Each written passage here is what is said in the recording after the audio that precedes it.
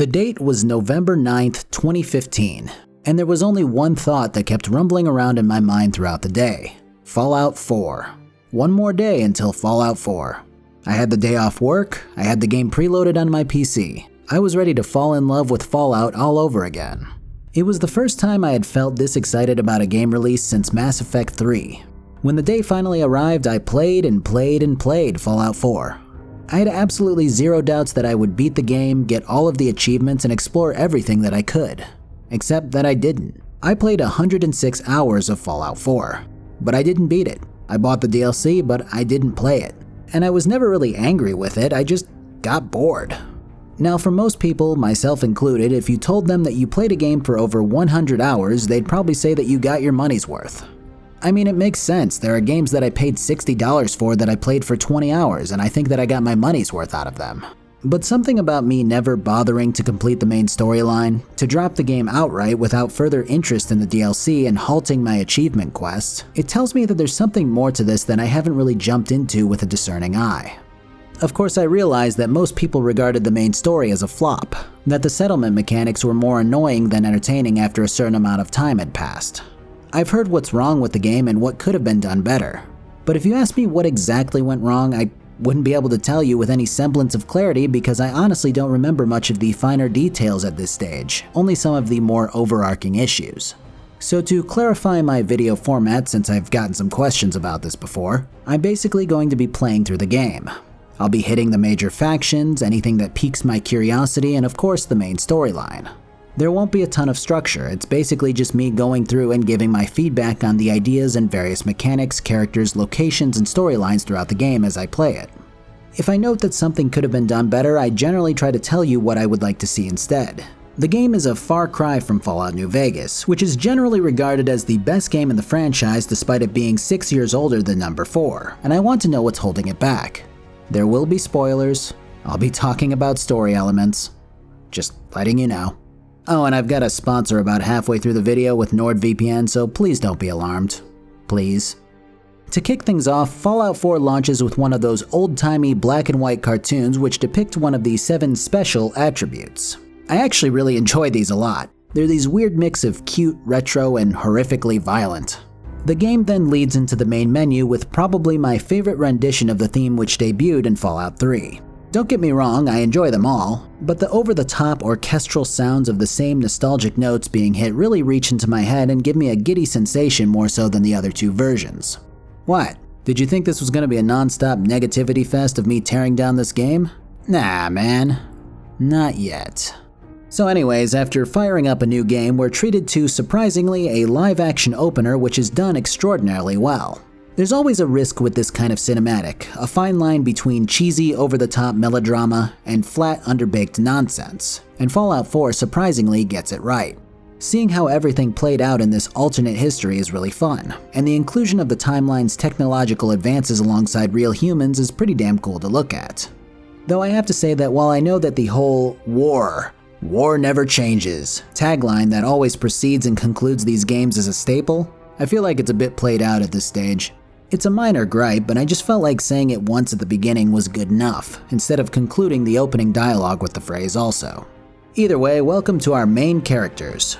You get the choice between dude or wife, and struggle to comprehend Bethesda's lack of facial animation technology. Face animation. Face animation never changes. Just another minute, I swear. Fascinatingly enough, you can actually start as a ghoul in this game, which is interesting considering the bombs haven't fallen yet. I've always enjoyed messing around with the character customization and appearances in games, though this one does get a little cumbersome to try to get just right. After messing around with the horror monster maker for a solid 20 minutes, I finally accept my character and move on to making my character actually move around the screen. Spin the mobile a bit. He loves that.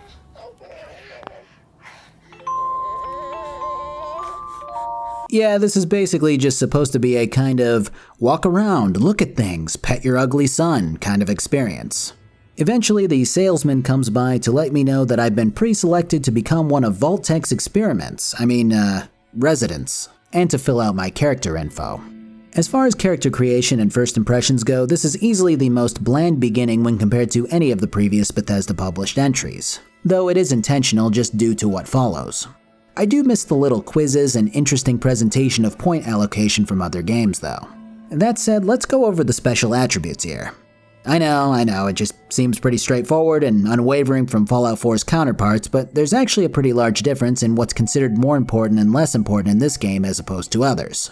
For example, most endurance perks and the stat itself is widely regarded as pretty useless when compared to charisma, as a huge chunk of the game actually revolves around speech checks and leadership when base building. There is some pretty cheesy stuff going on with the Aqua Boy perk, which falls under Endurance's jurisdiction, but for the most part the attribute seems to be unnecessary by most accounts. Additionally, luck is considered to be pretty damn important, possibly even more so than New Vegas. From here, most of the other attributes are usually pointed out as being equally important on a surface level, and it's recommended to choose the ones that fit your playstyle the best. I love a good melee build in most games, but for some reason I've never had a great time with it in Fallout just due to how unpolished and clunky it tends to feel when compared to a game which implements it properly. So for my build, I'm going to focus on intelligence, charisma, agility, and luck. I have to say this is probably the first Fallout where I felt like I can't immediately pump a stat up to 8 or 9 without another stat suffering, as I only have 28 points total to spread, as opposed to the 40 points that you receive in previous Fallouts. That said, the leveling system makes up for this by allowing you to skip a perk in order to increase a special stat, much like the old intense training perk. I actually don't mind this too much as it gives me something to work towards during my adventure. So anyways, our midday plans are blown away by incoming nukes, which has us running to the nearby vault for safety. I actually like this a lot, as it does a really good job of conveying the fear, the sheer panic that must have been felt by everyone during this end-of-the-world moment. It's easily the flashiest beginning sequence across all games, especially when compared to the relatively bland start. So here comes Vault Tech to start fucking with its residents. Compared to some of the more insidious vaults out there, this one's actually pretty tame, but its experimentation does seem to involve telling its citizens to step inside a decontamination chamber before giving them the Walt Disney treatment and sending them into cryostasis. So our character wasn't so lucky as to get a regular control vault or anything like that. I just want to know how the people behind us reacted when they realized that everyone in these supposed decontamination chambers were turning into popsicles. Maybe they were just told that it takes a while. Anyways, after being frozen for an untold amount of time, our guy wakes up to see his wife and his son's chamber being opened. When the people who opened the pod try to take his son away from his wife, she refuses to give him up and she finds herself on the receiving end of a bullet in the lower right shoulder. I know they didn't want to show her head being blasted open, but they could have at least hit her heart or something because she's fucking gone after that shot. Oh well. You get Han Solo'd again before waking up later to the cryo chamber losing power. I actually do dig this setup. You've walked through what it was probably like for a lot of people. You're tricked by the company that claimed to protect you. Your character is in a constant state of confusion because everything happens at once. The execution, on the other hand, could use a lot of work. For one, I have no attachment to my spouse here. She's kind of this blank canvas, and there's no character building at all. I get that it's a Fallout game, and your spouse was never going to be an integral part of it, but I have hardly any positive interaction before all of this that lets me appreciate my wife as a character, and even less so with my child, Sean.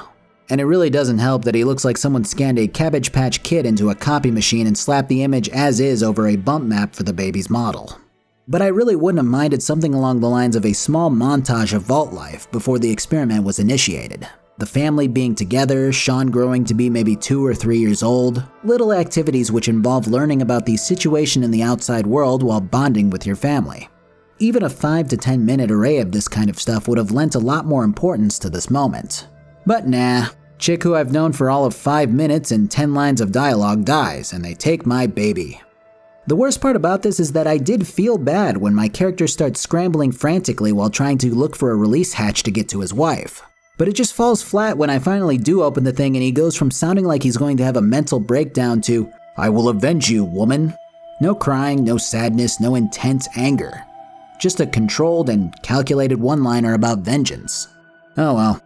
Now the counterpoint to all of this is located within the Overseer's log in Vault 111, in which he details that the bombs falling and the staff shoving the citizens into cryotubes worked out solely because people didn't have time to question the chambers that they were being put into. I can respect it, I just don't have any connection to my family because of it.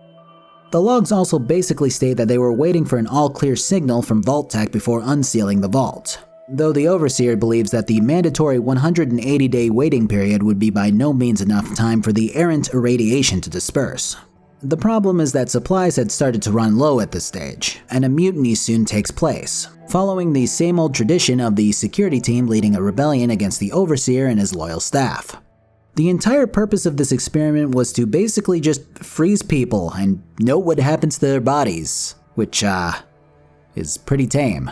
I would expect something more devious like them leaping forward a few years and studying them after pretending that no time had passed. Maybe even a couple of times instead of just once. Would have been more interesting, but as it stands, they were just to let whoever die as long as they maintain 20% of their initial population, and then carry on with observations. Weird. When I finally grab my Pip-Boy and step out of the vault, I head back to my house only to find my previously pristine neighborhood in shambles. But my big dumb robot did survive, so that's a positive point. He's pretty much in complete denial about everything, noting that my wife and son must just be off somewhere despite me telling him what happened, and complaining about how hard it's been to attempt to clean everything over the past 200 years. From here, we scan the neighborhood while the tutorial rolls forward, until eventually Codsworth directs me to the closest town that seems to be somewhat still populated, Concord. This has me departing from my friend to immediately find a new friend, a dog simply named Dog, at least for now. He becomes my first follower on my adventure, and I begin looting and shooting my way over to Concord. Anyways, let's get into the structure of how I'm going to tackle this video from here on out. We're going to start with a lot of the mechanical stuff. Notable combat mechanics, types of perks and how leveling functions, speech interactions, that kind of stuff. Then we'll roll the story forward until we get to things like power armor, crafting, and settlement mechanics. And then we'll finally begin tackling the game's various main factions and storylines. Let's start with perks. So I actually love the perk system in Fallout 4. Whereas the games that came out prior basically had you slowly discovering what you can unlock with perks via the distribution of skill points over stuff like energy weapons, barter, science, etc., Fallout 4 ditches the skills and allows you to see every single thing that you can unlock immediately. This means that if I had 10 points in luck from the get-go, I could immediately start investing into the Ricochet perk. Additionally, every skill has 2 to 5 different stages which they can be upgraded to, meaning that the possibilities for perk investment are pretty damn huge, and I don't feel like I'm going to be struggling to figure out which perks I want to throw my points away on in the late game. Though it is fair to note that the later stages of these perks oftentimes have a level requirement to keep things from getting out of hand. It does kind of suck that you can't increase your individual skills the way that you could before, but I don't feel like this is a lesser system because of it, just a more streamlined one. I found myself writing down everything that I wanted on a notepad, which is a great sign. Next, we've got combat stuff. Generally, it follows the same kind of rules that the other games follow. You've got VATs, you've got shooty guns, you've got hitty melee, you've got fisty fists, you've got bonus sneak damage. It all feels relatively Bethesda. Gunplay feels a little better, though still not amazing. I do like the mixing of old and new in guns like the laser musket, which allows you to charge your laser shots by mashing the reload button, which also makes it do a lot more damage. The human AI is about as dumb as it's always been, although humanoids do attempt to move up slowly behind available cover, and will blind fire in a direction that they think you might be if you're still undetected and are shooting in their direction, which is a plus. It just never seems to matter if you're some god wielding a minigun and power armor or just some dude in a vault suit with a pistol. Enemies will always charge you and fight you to the bitter end.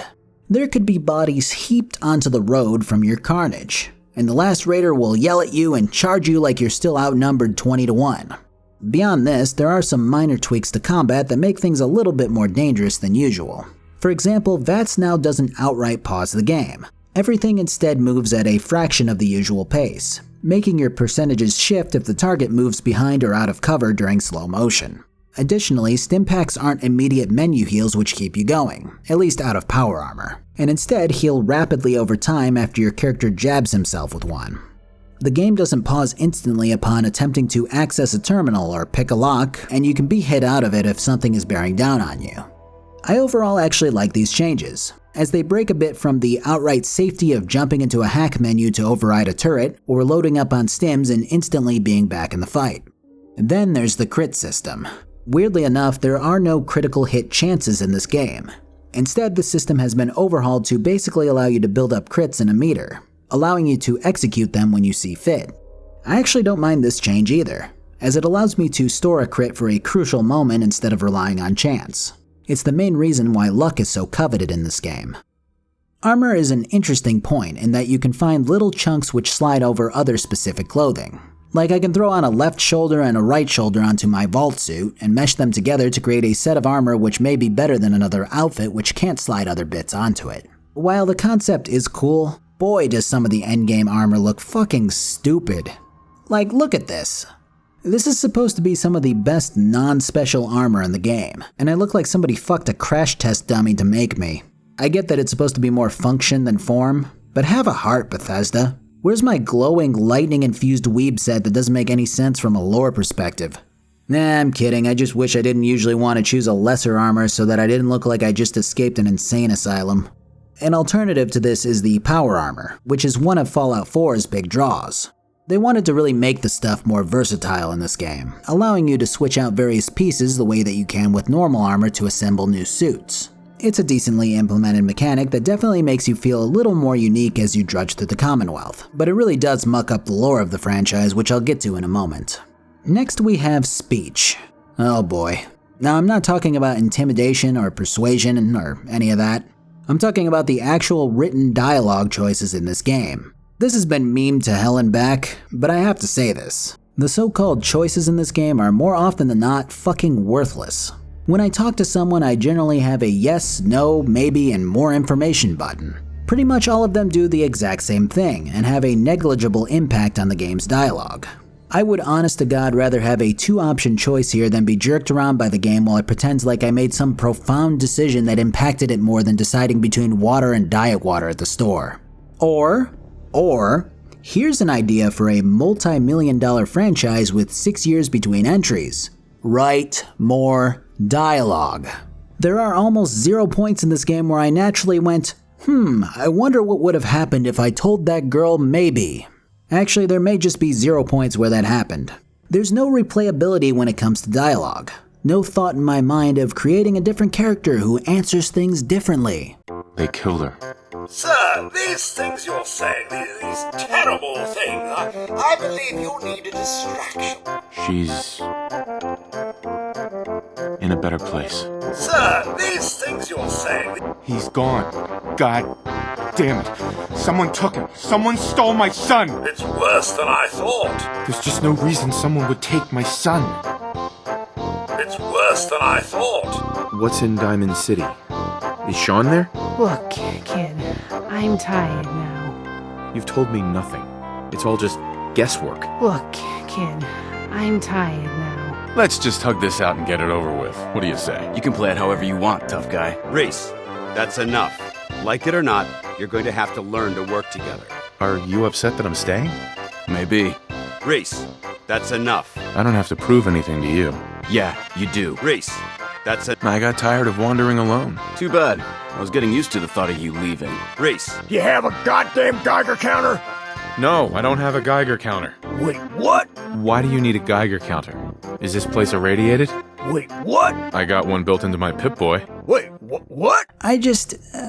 This shit drives me crazy because there's absolutely no punishment for being an asshole. Because there has to be a reward. If there's no reward, Todd gets angry. So I can sit here and go, oh, I was just helping the Minutemen out because that's the kind of guy that I am.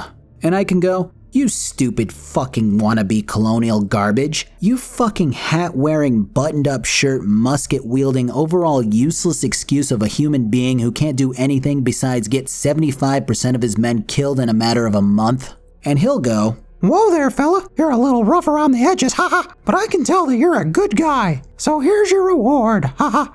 It just makes the game's dialogue that much more superficial. I mean, honestly, there are ways around this stuff. You can have Garvey tell you to fuck off after you insult him, and then maybe some other person likes that you stood up to him and rewards you while agreeing that Preston's Minutemen concept is bullshit, and that you should splinter off and form your own group. You can still have your reward from another source, while receiving the proper reaction from the person that you just insulted. Honestly though, after seeing this, it really makes sense that NPCs weren't originally in Fallout 76, because this is how they were treated in Fallout 4. They're not here for story or to make the game feel more alive. They're here to dispense quests and rewards. At least that's how Bethesda seemed to view them for the most part here. It doesn't matter what you tell them, they're still going to tell you about where to go, what to do, and give you your little Skinner box rewards to keep you sated on your adventure. Don't get me wrong, as much as I just gave this whole system a load of shit, I do appreciate that every option was voice acted. I know it's all preference because some people are going to have a harder time identifying as their own character if everything is voiced, which is understandable. I don't personally mind it though and can respect the amount of effort that both main character voice actors put into their lines.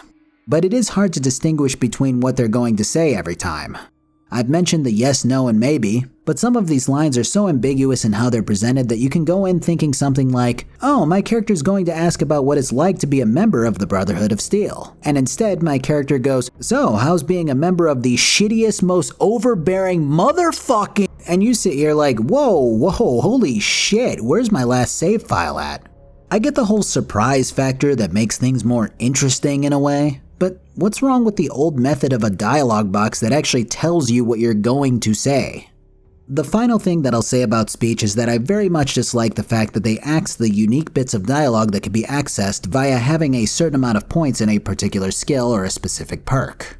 I know that they also got rid of skills and, like I said, that's okay. But I would have loved to have had certain chunks of dialogue correspond to having 8 intelligence or 2 points in the scrapper perk or something like that. But then Bethesda would actually have to figure out how to make more than a 4-spoke wheel for their dialogue tree, and Lord knows that would be confusing. Or they'd have to cull some of the carefully written and brilliant dialogue that comes with the maybe, not sure, or sarcastic dialogue options. And I wouldn't want their hard work to go to waste. So instead we get the occasional bit of dialogue that's a different color, and you pretty much almost always press it because it's shinier than the usual green dialogue. Anyways, back to it. When I get to Concord, we meet everyone's favorite new character, Preston Garvey. Old Garv is currently in the middle of attempting to defend the place that he's holed up in from bandits, meaning that I gotta help him out so that we can get to defending settlements. This has me taking out all of the bandits on the inside and chatting up the Minutemen here, until they tell me about a suit of power armor that's located on the roof of the building. Wait, what? I'm 30 minutes into this game and I get power armor? Yep, that's the epitome of Fallout 4. It takes all of that stuff that you had to work for in older games and goes, here you go, have fun. This one in particular has always made me scratch my head though. Power armor has always been this prestigious thing that few factions could successfully use. It takes rigorous training to wield properly, and it was almost always acquired in the mid to late game. And I feel like its entire existence is cheapened here by the player being able to grab it and use it with no proper training. You could argue that our guy learned how to use it when he was in the military, but it makes even less sense on the female counterpart, who was apparently a lawyer before she settled down to have a kid. I don't know. I think this is more or less a taste of what's to come in the game. Because let's face it, jumping into a suit of power armor and grabbing a minigun to spray down bandits is fun. It's cinematic almost. It makes you feel powerful immediately. But it just slaughters the lore of the series and tosses its corpse down a cliff. This kind of immediate gratification doesn't end there though, as a Deathclaw pops up to greet you while you're hosing down the bandits. Let me reiterate that for you real quick. A Deathclaw climbs up to fight you. I'm level 3. In every other game, these are some of the mid to late game enemies. You don't fuck with them until you're heavily armed and leveled. In Fallout 4, you just murder one immediately. Why? Because someone went, wouldn't it be badass if you could go toe-to-toe with a Deathclaw immediately? And that became Fallout 4's design philosophy. Fuck the lore, do badass stuff instead. Who needs to get bogged down by old stories and designs when they can operate a suit of power armor and swap out the parts like they rolled up into a mechanic garage in GTA to spruce up their car? And I honestly wouldn't even have an issue with this if they took the time to make sure that the player earns it. Maybe the player hops into the armor and they can't move very well in it. They can use it, but it's hard to pilot properly until they can make it to a power armor master to teach them how to use it properly. They can customize a little bit, but they get the really cool ideas and designs from the specific power armor mechanics scattered across the Commonwealth. I do know why it wasn't done this way. It's because Fallout 4 was designed with that feedback loop which so many other recent Bethesda games have adopted. Is it fun to drudge all the way to some trainer just to earn your power armor privileges? Or is it fun to just get it and use it and modify it? It's hard to judge a game for sticking to one option and doing it well because Fallout 4 does take that fun factor and expands on it pretty efficiently. I just wish a lot of the lore bits weren't scrapped to do so. There is a middle ground here. Either way, we return back to Big Press, who compliments me on the tactical brilliance of holding down the mouse button in armor, which makes me pretty close to unkillable at this stage against an enemy who has to stop and swing in order to hit me. I tell him that it's all in a day's work. Or I tell him that we're not friends. Or I tell him literally any of the other options and he goes, haha, right partner. Then he asked me to join him in Sanctuary to do all the work for him there too, but not before a lady with psychic powers tells me that I have to go to Diamond City because my son's still alive. I'm trying to be a more positive person, but this game's writing is really holding me down right now. Let's go to Sanctuary and learn about the base stuff so that I can finally rip the band-aid off. My son. Somebody took him away while I was still trapped. I've been looking for him. Damn. I'm sorry. I hope you find him. Let me know if there's any way I can help. Anyway, I am glad you're here. And I hope you don't mind, but I've got another favor to ask. I've had word from a settlement asking for help. This is about as close to PTSD as I hope that I'll ever get in my life. So base building is the thing that Todd was super excited to show off at E3 when Fallout 4 was announced. You free a settlement, you build it up and fortify it, you arrange things to be as comfy as you want them to be, and you gather supplies and materials that you need to make them flourish. As much as I hate to admit it, it's a pretty decent system. It's fun to build your bases and get them working and make them shine. It's cool to revisit them and add a little more each time. It's great that they took all of these junk materials from other games and gave them their most proper use yet by allowing you to transform them into building mats. But the single biggest issue for me was always how fucking needy they are. The problem with making something constantly need supervision and attention in your game is that if you're going down the completionist route, it's super hard to outright ignore the various requests for settlement help.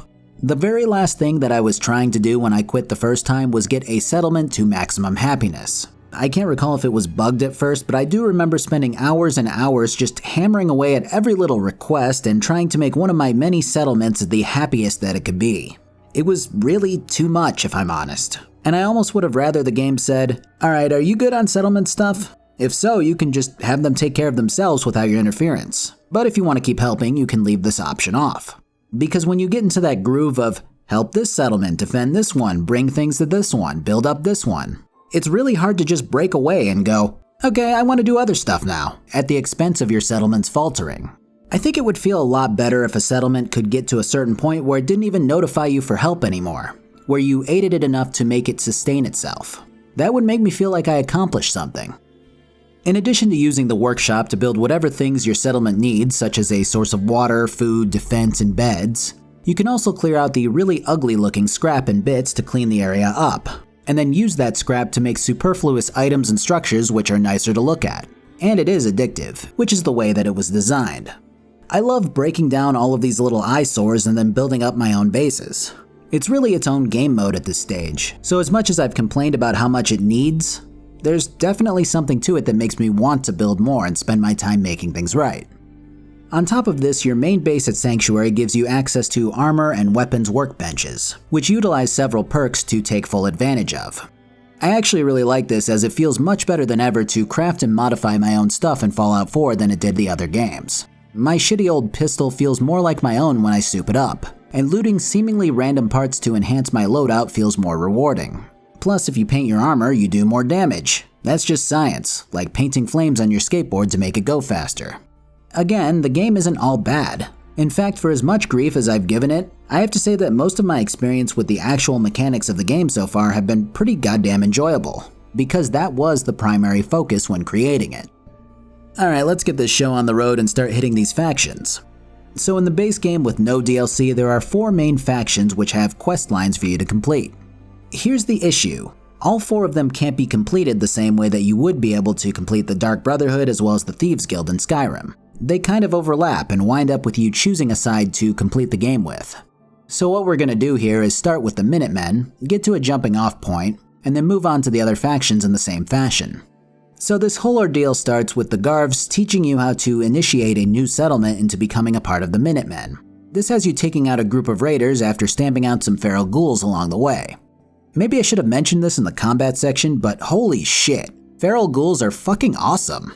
Maybe I'm just easily impressed, but going from ghouls kind of running like injured humans and generally shambling in New Vegas to them lunging and flinging themselves at you with terrifying speed is amazing. Like, they're actually pretty frightening at night, which is definitely an upgrade in every way. And this non-humanoid enemy upgrade extends to pretty much every creature in the Commonwealth. You've got rad scorpions which pop up from the ground and chase you pretty quickly. You've got these giant mosquitoes which can stick you and drain your health fast. Even the mole rats ferociously fling themselves at you, making them pretty damn hard to hit. They're incredibly well done, and it makes the game surprisingly difficult at earlier stages unless you sneak more or take the power armor route. I suppose some endurance is going to help you if you're really struggling, but I found that the best defense is a great offense in this game, and increasing my damage output usually saved my ass more than trying to beef up my defenses. After dealing with the actually relatively difficult to fight raiders which are holed up in this factory, I get to catch my breath before moseying back to Settlement 2 to let them know that only my steady supply of iguana kebabs kept my wounds closed. They're impressed by this superhuman feat and join our cause, propelling me to the position of General of the Minutemen. You know what that means. Now it's your job to make it more than an empty title. I've gotten word about a settlement that's being threatened by raiders. Yeah, I gotta do this a few more times before I can get to the next stage with these guys, unfortunately. This encompasses more raiders, mole rats, and ghouls, which again proved to be pretty damn hard early on. I need to get some better weapons, man. Even though I decided to write down all of the perks that I wanted early on, I actually found myself straying from my outline to try to pick up stuff like Scrapper to get better materials to modify my loadout better, and generally focusing on more combat-oriented perks. It's tough out there, but I really didn't mind it as much as I thought I would. I don't feel like some legendary wastelander, at least not yet. I feel like a survivor who's barely making it, and this is on normal difficulty. It's very Fallout 1 and 2. The biggest thing to change here to tone things down is less charging straight out into the far reaches of the Commonwealth, as enemies seem to get tougher the further you stray from the conquered and sanctuary areas. Unfortunately, the way that I've routed this video actually makes it difficult to just go full Minutemen, and then go down another path, as enemies don't seem to straight up scale with you the same way that they do in, say, Skyrim. It's not a bad design choice, it's just different. So before I press forward with the Garvinator, I actually need to pivot to helping out the Brotherhood of Steel until I feel more comfortable. The first interaction I have with the Brotherhood is assisting these guys who are fending off a horde of feral ghouls. After I help out, the Paladin here decides that he likes the cut of my jib and invites me to help them out in raiding a technology-heavy facility. This absolute mammoth of a man is Paladin Dance, and he's about as zealous as they come, believing that the Brotherhood of Steel is the most noble of noble groups.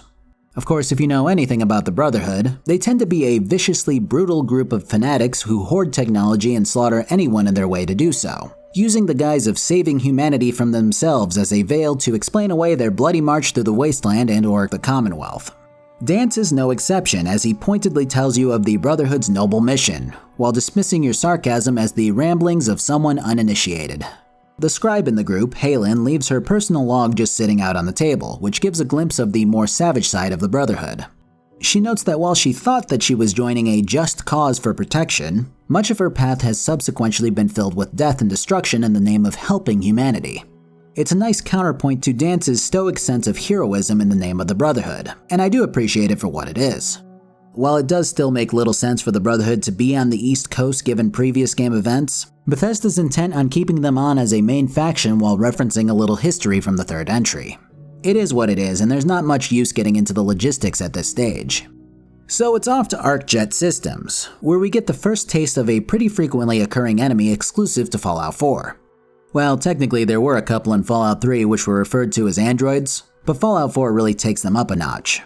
So synths are a manufactured group of robots who look and function to various degrees as humans. Earlier models tend to be more inhumane with skeletal bodies, and act more like Protectrons and other robots. Whereas later models, which have had more invested into them, tend to look and act more like humans, with some being nearly indistinguishable with their synthetic flesh and blood, aping the replicants from Blade Runner. Really though, the way that synths look, the way they're treated, and the way that they act tends to be an amalgamation of several different franchises, from Star Trek to Artificial Intelligence to iRobot. Because many of these walking death machines have been programmed to perform specific tasks by one of the factions in the game, many view the synths with large amounts of warranted distrust. I swear, I'm not a synth. Don't shoot, for God's sakes, we're family! He's a synth! He'll kill us all! Kyle, no! I'll touch a little more on how synths came to be, more specific instances of the ways that they're utilized, and their role in this game later on down the line. For now, what you need to know is that the Brotherhood of Steel very obviously views them as walking, talking abominations to the highest caliber. Paladin Dance is no exception here, as he constantly mutters and shouts about synths being a blight that must be destroyed as you explore the ArcJet facility where they roam. After running through the place and melting Dance with a rocket,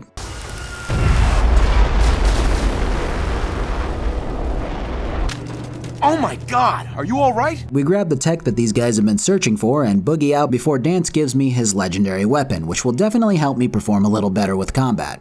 But we'll hit one more quest for the Brotherhood before looping back to the Minutemen. So now I'm very suddenly part of the Brotherhood, which is a little off-putting because I've been a sarcastic asshole who has been asking for promotions and rewards.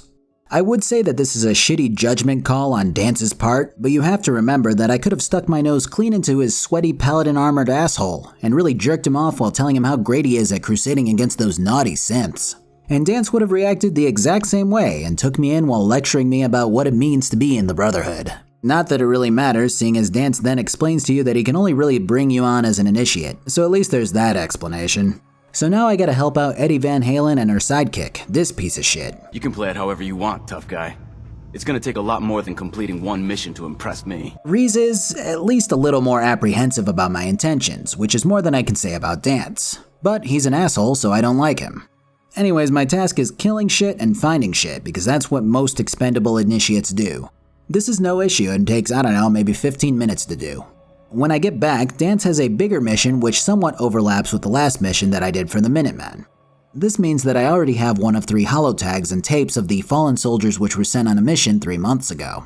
The other 2 are a bit more trouble, which has me taking on a whole slew of super mutants. Fortunately, I've got more of a bite to me now, and I'm feeling a lot more confident in battle. Eventually, I make it to the last Brotherhood member who was in on this operation, who's holed up in a bunker and has gone fucking insane. This is actually one of the few times where things can go differently depending on how I talk to this guy, as a couple of failed speech attempts cause him to open fire on me, and one of them convinces him to come back to the Brotherhood's fold if successfully pulled off. When I get back, Dance gives me a congratulatory cap satchel, and I feel ready to march back to the Minutemen. Well, the main mission here is to take what most people probably set up as their main hub if they decided to transfer from Sanctuary, the castle. When I arrive on the outskirts, I get the choice of heading in guns blazing, luring the enemies out, or trying a pincer attack. Luring them out is probably the smarter option, but I went with pincer, which is very appropriate considering our enemies here are mirelurks. I fucking hate mirelurks. They've always creeped me the fuck out, especially in tight quarters. Things go pretty well at first until Todd decides to give us a sneak preview of one of the world bosses in Fallout 76 via a mirelurk queen, which is fucking huge and horrific to look at. So I do what every pro player does in this situation, throw grenades and run. This thing won't jump off of high ledges, so the plan here is to run to the top and jump down and shoot it repeatedly until it dies. It's actually a pretty intense fight, which has me using pretty much my entire supply of ammo and makes me feel relatively accomplished afterwards. Of course, when all is said and done... Which reminds me, I've got another trouble spot for you to check out. Yeah, of course. Well, fortunately, I don't actually have to do these to progress the next bit here. I just have to chill out for a few days before PGRV gives me the real goods, which consists of telling me to go to the castle. When I arrive, this lady who used to be a Minuteman back in the 40s or whatever, tells me that there's a big-ass loaded armory here hidden underneath this security door thing. Unfortunately, we can't get into it, but she does know a way around. The tunnel's blocked by this rubble. We'll have to find some way to clear it. If only that worked for the stupid security door. This is a pretty brief quest in which I clear out this underground passage by strategically assigning Ronnie here to get blown to shit repeatedly, and then build an artillery piece afterwards. The artillery is pretty cool in that I can call in strikes when I find myself in a bad situation. So I know this is gonna be weird, but that's actually it for the Minutemen for now. This video is kinda hard to structure, because basically there comes a stopping place where you have to progress the main story to a certain point in order to continue down a route with a faction. And usually when you do wind up getting to that stage, the choice that you make is irreversible and winds up with the other factions turning against you. So let's head back to the Brotherhood for now for some more heretic hunting. Wait, hang on. No, I have to complete Act 1 of the main story for this. Shit. As much as this prerequisite structure is ruining my video flow, I actually don't mind it too much. Everything kind of flows together, which is what they were going for here when they designed the storyline. Sure, it doesn't work as well when I'm trying to talk about every faction one at a time, but it tends to make for a pretty seamless experience when you're playing without looking at a block of quests on a wiki. The whole game is kind of set up in the same way that the ending quest chains are set up in previous games, with quests for different factions playing off of each other in the main story. and it's not necessarily a bad thing. So where does this leave us? Well, I can't interact with the Institute for a while, which leaves us with the Railroad. Finding the area where the Railroad faction is situated can be done through several different ways, but the easiest way is going to be heading to the main city in this game, Diamond City, which is going to trigger a whole mess of quests related and unrelated to the main story. I'm going to ignore them for a moment just for my own sanity while typing this script, but just know that Diamond City is basically the New Vegas strip of Fallout 4, seeing as it's a city situated in the ruins of the Boston Red Sox Fenway Park, which is probably something I'd have never thought to come up with. So, the Railroad. Well, the concept is there, but the execution with a lot of the finer points is very sloppy. So the way that you find out about the Railroad is from stuff like finding a tape detailing their existence or overhearing some people talk about them. The way that they're whispered about makes them seem like they're some kind of super hidden underground society, which is what they're supposed to be. They're the futuristic version of the Underground Railroad, which was used to transport former slaves which escaped their bonds back in the early to mid 1800s. In this case though, they help synths who have achieved clarity to a degree where they've become sentient and indistinguishable from humans. Like I said, it's a good concept, but here's where the stupidity comes in.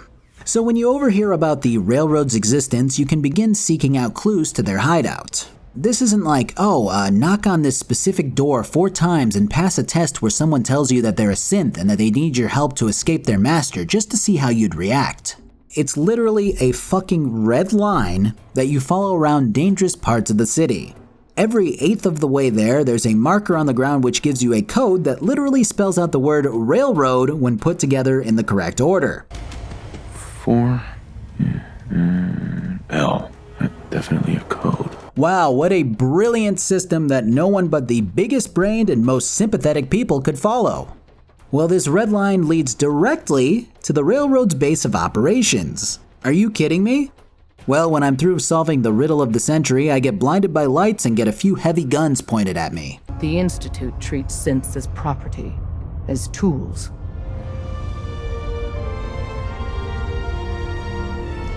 That sounds like slavery. We did it, boys. We ended racism. You make these people have a pretty interesting cause by injecting pseudo-racism into your video game in the form of how robotic humanoids who have achieved sentience are treated by society. And then you make both the dialogue and the path to the people fighting this oppression some of the most shallow shit that you can imagine. Why are these people this surprised when they painted a fucking literal bright red line to their base and made the password the same as their username? And you just happened to guess the password to the secret door. Right. I think the thing that pisses me off the most is this big production where I have these guns pointed at me like this is a real life and death situation, and yet I can tell these guys, nah, I don't care about synths. They're basically machines. And then Deacon goes, so you wanna join? We could really use the help. Aren't synths just machines? And machines are tools. Would you risk your life for your fellow man? Even if that man is a synth? No, probably not. No shame in that. Every person needs to know what they're willing to die for. Listen, are you interested in the Railroad? Learning more? Maybe joining? No, I'm not. Hey, we're not for everyone. Come to think of it, we're not for practically anyone. But if you change your mind, you get the idea. I have no problem with the Institute. All right. That I wasn't expecting. In which case, I think you're right.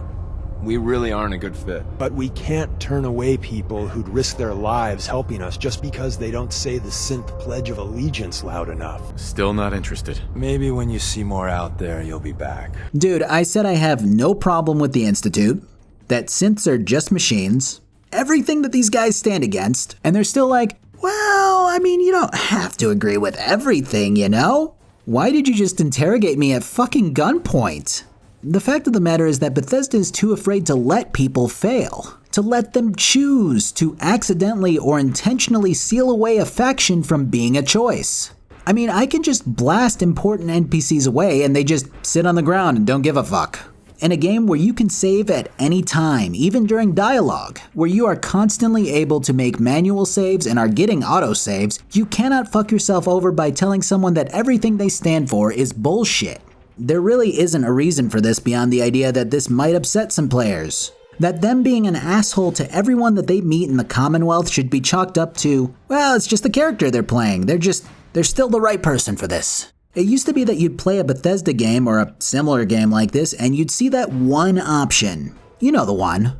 It's the one that you look at and go, ah yeah, if I say that, this guy's gonna hate me, he's gonna attack me, he's not gonna let me in, something's gonna happen. And it was realistic to a degree, right? You choose to say that one option and you're gonna have to deal with the consequences. And that just doesn't happen in Fallout 4, at least not with anything significant. So whatever, here I am, ready to fight against the mean men who are keeping the synths down. Deacon fills me in about stalking me for a while following my exploits with the Minutemen and telling me that the railroad desperately needs help, which is a lukewarm attempt at explaining away the leader's indifference towards however you choose to answer her questions. He then tells me that he wants me to meet him somewhere else so that I can do a job. This job does a little better at explaining the railroad's feelings on certain dividing lines, which is nice. For example, the first 2 generations of synths tend to be more akin to protectrons, as I mentioned before. So does the railroad protect them and their rights too? Well, it depends on who you ask. Some members believe that all synths deserve protection from those who would lash out against them. Others believe that only the 3rd generation are human enough to deserve the same rights. This is a pretty realistic argument to have, and I like that the railroad is imperfect in this way. Unfortunately, the other ways that the railroad is imperfect include stuff like these little chalk signs that we need to follow to get to the guy that starts this job properly. Deacon's a cool character. I actually like him a lot with how he's willing to transform his body and undergo surgery to constantly throw off any enemies of the railroad. But then he starts excitedly going on about how the railroad has all of these cool little secret signals and signs and whatever that sound more akin to a group of little kids with their secret passcodes that aren't so secret. Like their last base was supposedly super secure and hidden away under an old donut shop, right? But the Institute found them somehow and blasted their base to shit. So what do they do to ensure that their new base and whatever operations they have going on are protected? They paint a fat red line with the code spelled out to their new base. They draw these little chalk circles with arrows that point towards their agents. The best part about these chalk circles is that they literally start at the bottom of this ramp that only goes one direction across an overpass to their agent at a dead end. It's just silly. Oh well.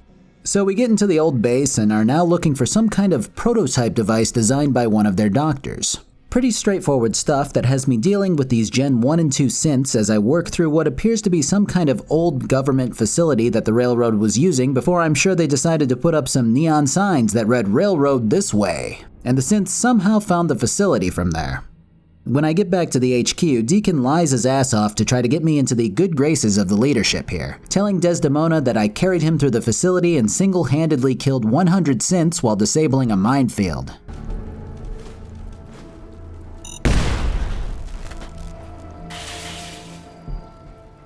But most importantly, after Dez is sufficiently impressed, I get to join and choose my super secret code name. Because again, the railroad is organized like a bunch of kids playing at being spies. All of these nicknames suck, so I choose no nickname. I don't want a code name. Code names aren't optional. You have to have a code name or you're not allowed to join our secret society. You know, Todd was really stoked about being called Bullseye by all of the railroad's voice actors. Thank God he forced us to experience this pleasure for ourselves. Alright, so the next task that I have to complete for these guys involves securing a safe zone and then escorting an escaped synth slave to safety. I know I'm supposed to be always angry about everything regarding the railroad, at least so far, but I do like this quest. Helping these guys get this synth to safety, interacting with him with how timid he is, it's all very heartwarming and feels good, so at least I can credit the writers with that much. Anyways, this basically concludes the breakdown of the railroad, as I can only continue side questing with them for now. So now that we've reached the temporary end with all 3 available factions, I'm gonna pop into Diamond City after a quick word from our sponsor, NordVPN. So I live in Germany now. It's going pretty alright, all things considered.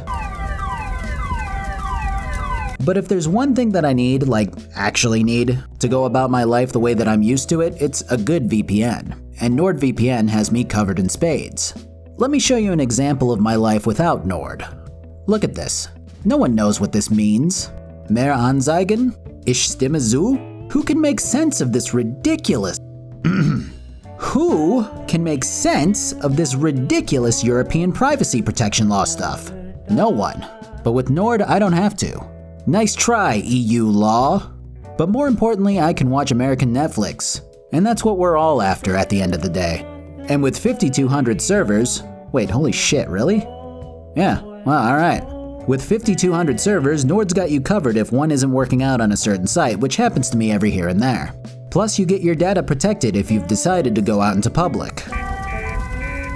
You know, for like groceries and whatnot. The list goes on and on though. You've got double data encryption, no data logging, unlimited bandwidth, and an automatic kill switch.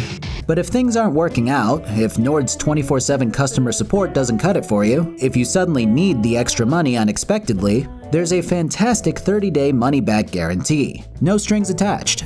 So please feel free to up your VPN game and get 68% off NordVPN using my code, nordvpn.com/salt, or use the coupon code SALT at checkout. That's only $371 per month plus an additional 4 months free. Thanks guys. What I hadn't mentioned before was that on my way into Diamond City, I met another one of the potential followers in this game, Piper. Piper's an interesting lady who's all about reporting the honest truth and doing everything she can to get the next big scoop. She's the epitome of a hot-headed, go-getting reporter who has nothing to lose by printing the truth and shaking up the government structure here in Diamond City. The biggest thing that I noticed is how crazy well done some of the animations are in this game due solely to her losing her temper and swinging her arms around. It's really, really too bad that the facial animations just can't keep up. Because honestly, the way that she swings her body around and flails her arms and throws her frame in whichever direction has provoked her ire really causes me to realize just how far this series has come from the relatively bland and static NPCs that were presented in prior games. Then you look at her face and it's just a cycle of default emotional states and ugly stretching that really ruins all of the effort put into the over-exaggerated and painstakingly detailed movements. Anyways, we're still on a mission to find our son, who we described in detail as kidnapped. This leads us to a detective to try and get us some help with this endeavor, Nick Valentine. Well, as it turns out, Nick's gotten himself into a bit of trouble after he went after a lead and walked into a trap which got him into hot water with a gang of Tommy gun-wielding mobsters. So I offered to help him when talking to his secretary. Hey, I'd love to help, but there's a small matter of expenses. Money, huh? I do have 125 caps in the old rainy day fund. Come on, this is your boss's life we're talking about here. Fine. We'll make it 150 caps. Last chance. Put some real money on the table or we're done. Okay, you win. 200 caps is all I have. No way am I getting mixed up in this. So off I go to save Nick, who's actually located in another vault. Usually I like to save these for another video where I do side quests and the like, but we might as well talk about it while we're here. There's nothing particularly off the wall about Vault 114. It's built into an old subway station, which doesn't make the most sense as noted by one of the gang members down here. Regardless, it looks relatively shitty, and not at all luxurious, which is the polar opposite of how it was advertised. The big experiment here was that Vault-Tec was basically going to find the upper crust elite members of Boston and tell them that they will have a vault exclusively built for them with all of the amenities and luxuries that they were used to on the surface. Instead, the rich folk were going to be shoved down here and forced to share bedroom areas and bathing areas with other randomly chosen families, and generally had access to the most bare bones of human needs. Then Vault-Tec found someone who had issues with authority, who tended to be down on their luck, and made that person the overseer. The staff was told to never undermine the overseer's authority, even when they decided to embarrass, berate, or physically abuse the citizens of the vault. It's a pretty tame vault compared to some of the more fucked up experiments which other vaults underwent, but I do enjoy the concept, especially when it's tied to a completely unrelated quest and isn't the main highlight of the area. Also, it doesn't actually seem like this experiment went into effect, as there doesn't seem to be any telltale evidence of terminals which explain how things went beyond a few recordings left behind in which a person from Vault-Tec interviews different candidates for the position of overseer. The one that they settled on seemed to be a crazy homeless person by the name of Soup Can Harry, who doesn't trust the government, sleeps in dumpsters, and eats a Braxo cleaner. Sounds like a winner to me. Too bad I couldn't find anything about the exploits which may have happened here.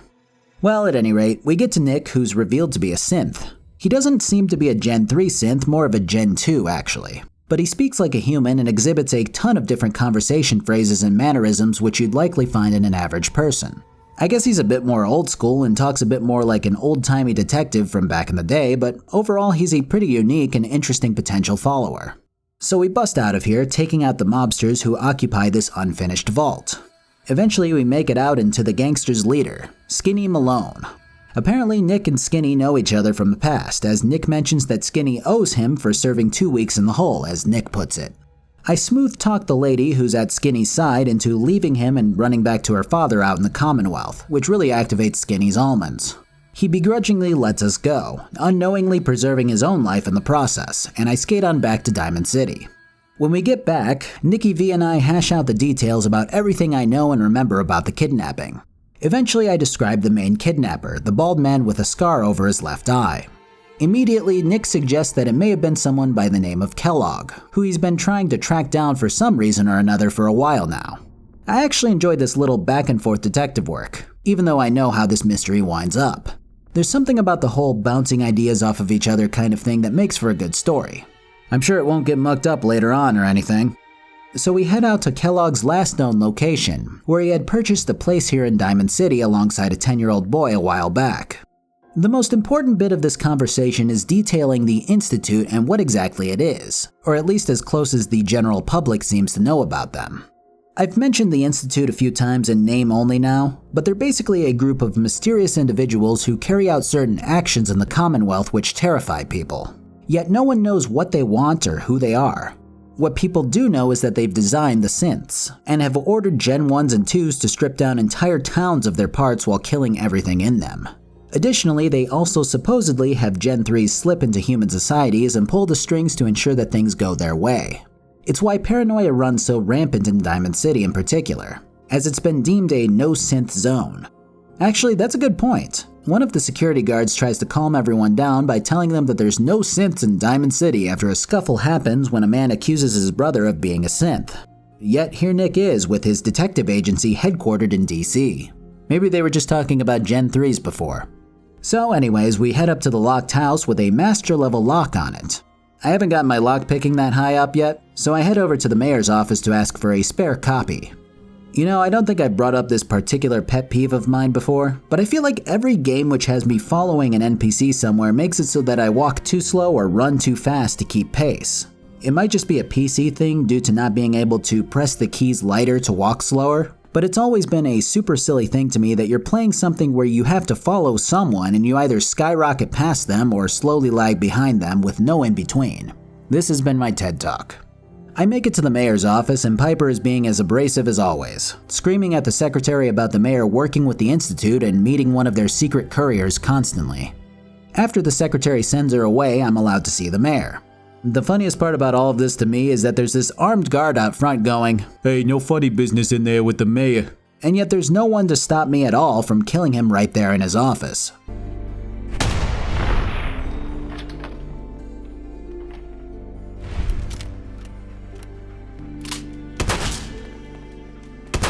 Or I guess there is something to keep me from killing him, seeing as he's apparently a champion of Todd Howard. It really would kill you guys if a single player decision broke your magnum opus of writing, wouldn't it? Oh yeah, boys, we sure are playing a role-playing game, I tell you what. Anyways, the mayor seems reluctant to part with Kellogg's key, but ultimately decides to give it to me, telling me that this is a fruitless endeavor. Sounds like someone has something to hide. I never touch on this later in the video, so yeah. We check out the house and it's been abandoned and all that. There's nothing here really, not even behind the secret door that Kellogg had installed on the side of it. What we do find is a couple of cigars though, to which my character suggests that we use dog meat to track Kellogg down with. So we follow this literal trail of lawn chairs that have cigar ashtrays and beer bottles next to them. Because you know, that's what legendary master mercenary Kellogg does apparently. With the amount of times that I've heard, "Ah yeah, that house was abandoned. Kellogg used to live there," it really makes me wonder how the fuck there's such a pristine, untouched pathway of cigars and beer and bloody rags to track one of the best mercenaries in the wasteland with. Like, a German Shepherd can track scents up to a week old, but this guy sounds like he's been out of the picture for months or years or something. And then there's just this goofy on-rails trail of lawn chairs and enemies to follow. I don't know. When we get there, I start stomping through this synth army, which nets me some of that goofy-looking armor that I mentioned earlier. God damn it, you mercenary motherfucker. Where is my son? I really can't take my guy seriously when he looks this way. Either way, here's Kellogg, who's been Dagoth-erring me this whole time with his warnings over the intercoms on my way down. When I get to him, he stands down for a moment to do what all good villains do. Tell me where my next objective is. Well, kind of. He tells me that Sean is indeed a bit older than I might have expected, and is now part of the Institute. So what you're saying is that a literal baby was raised into becoming a part of the Institute, one that would never remember his mother or father. So yeah, even if we got to him and he was 10 years old, he's only ever going to view his father as some lunatic who came in while killing people he grew up around and raving about him being his real dad. Either way, we get to fighting and down goes Kellogg. I take his cybernetic enhancements from his body, and Nick suggests that we go recruit Piper to help out with the investigation, as she may have a lead on where the Institute could be located. Well, when I step outside, I'm met with this gigantic airship, this fucking colossal beacon of steel and technology floating through the sky and shouting at people below. Our intentions are peaceful. We are the Brotherhood of Steel. Honestly, it's really cool. Say what you will about the Brotherhood's methodology, this is definitely a very effective show of force. Unfortunately, I'm guessing that Nick won't be welcome into their, ranks. But hey, let's shift from the main story to find out. Well, all seems to be normal to a, degree. Cambridge now has dudes in power armor just shooting shit and looking badass. And Paladin Dance is sitting here like a giddy schoolgirl at the prospect of war getting ready to happen. He excitedly tells us that the airship called the Pridwin is basically a mobile fortress, and it being here means ass-kicking is about to happen. Cool. Yo! So, we got the Brotherhood coming in on this cool air balloon, right? Let's make the player, get on the vertibird to get there, dude. Oh, bro! That's so sick, bro! Yo, what if we okay, hear me out. Hear me out, bro. You remember that one time when we were playing Call of Duty and we got on the minigun? Yeah, bro, man. Oh, dude, what if the player could do that now, in our game, dude? Whoa, but bro, what would they shoot, bro? Oh, shit, bro, you're right. What if we had them shoot Mirelurks and shit? And super mutants? Oh, bro. Dude. So we hop on a vertibird and fly on over to the Flying Vertibird Deployer to meet up with the elder of this chapter of the Brotherhood, Elder Maxon. Those of you who have kept up with every bit of Fallout lore might recognize the name Maxon as the founder of the Brotherhood of Steel. Well, this new Maxon is a descendant of that guy, and the last in line of the lineage. He appears in Fallout 3 as a 10-year-old boy, actually, making him 20 in this game. It also makes him the youngest elder to ever exist in the Brotherhood's ranks. This is actually a pretty cool homage to the franchise's lore, even if some of it might be a thing solely to appeal to some of the lore scroungers out there. When we hop off the bird, we get greeted with this higher-up guy who's like, yeah, you kill good, but you don't lick the Brotherhood's big tight asshole enough yet, initiate. Now go see Maxon. Alrighty. Yeah, no one here gives two dicks about Nick the walking plastic man running around and quipping about whatever he sees. Except for this guy. You disgust me. Not much of a sight yourself. You know, someone asked about the logistics of bringing the very thing that the Brotherhood wishes to destroy on board, and someone higher up went, yeah, but that wouldn't be very fun and interactive for the player, now would it? The Institute and their synths are considered enemies of the Brotherhood of Steel, and should be dealt with swiftly and mercilessly. Yeah, alright. Could you at least address that there's a synth here? I mean, for fuck's sake. So I get promoted tonight, and am now ready to take on the duties that come with it, which apparently means meeting and greeting all of the important people on the ship. Dance is still stoked about being a loyal lapdog, going on about how the Brotherhood used to be in shambles 10 years ago when they started to do really stupid things like being charitable and getting along. But now they're all about seizing technology from heretics.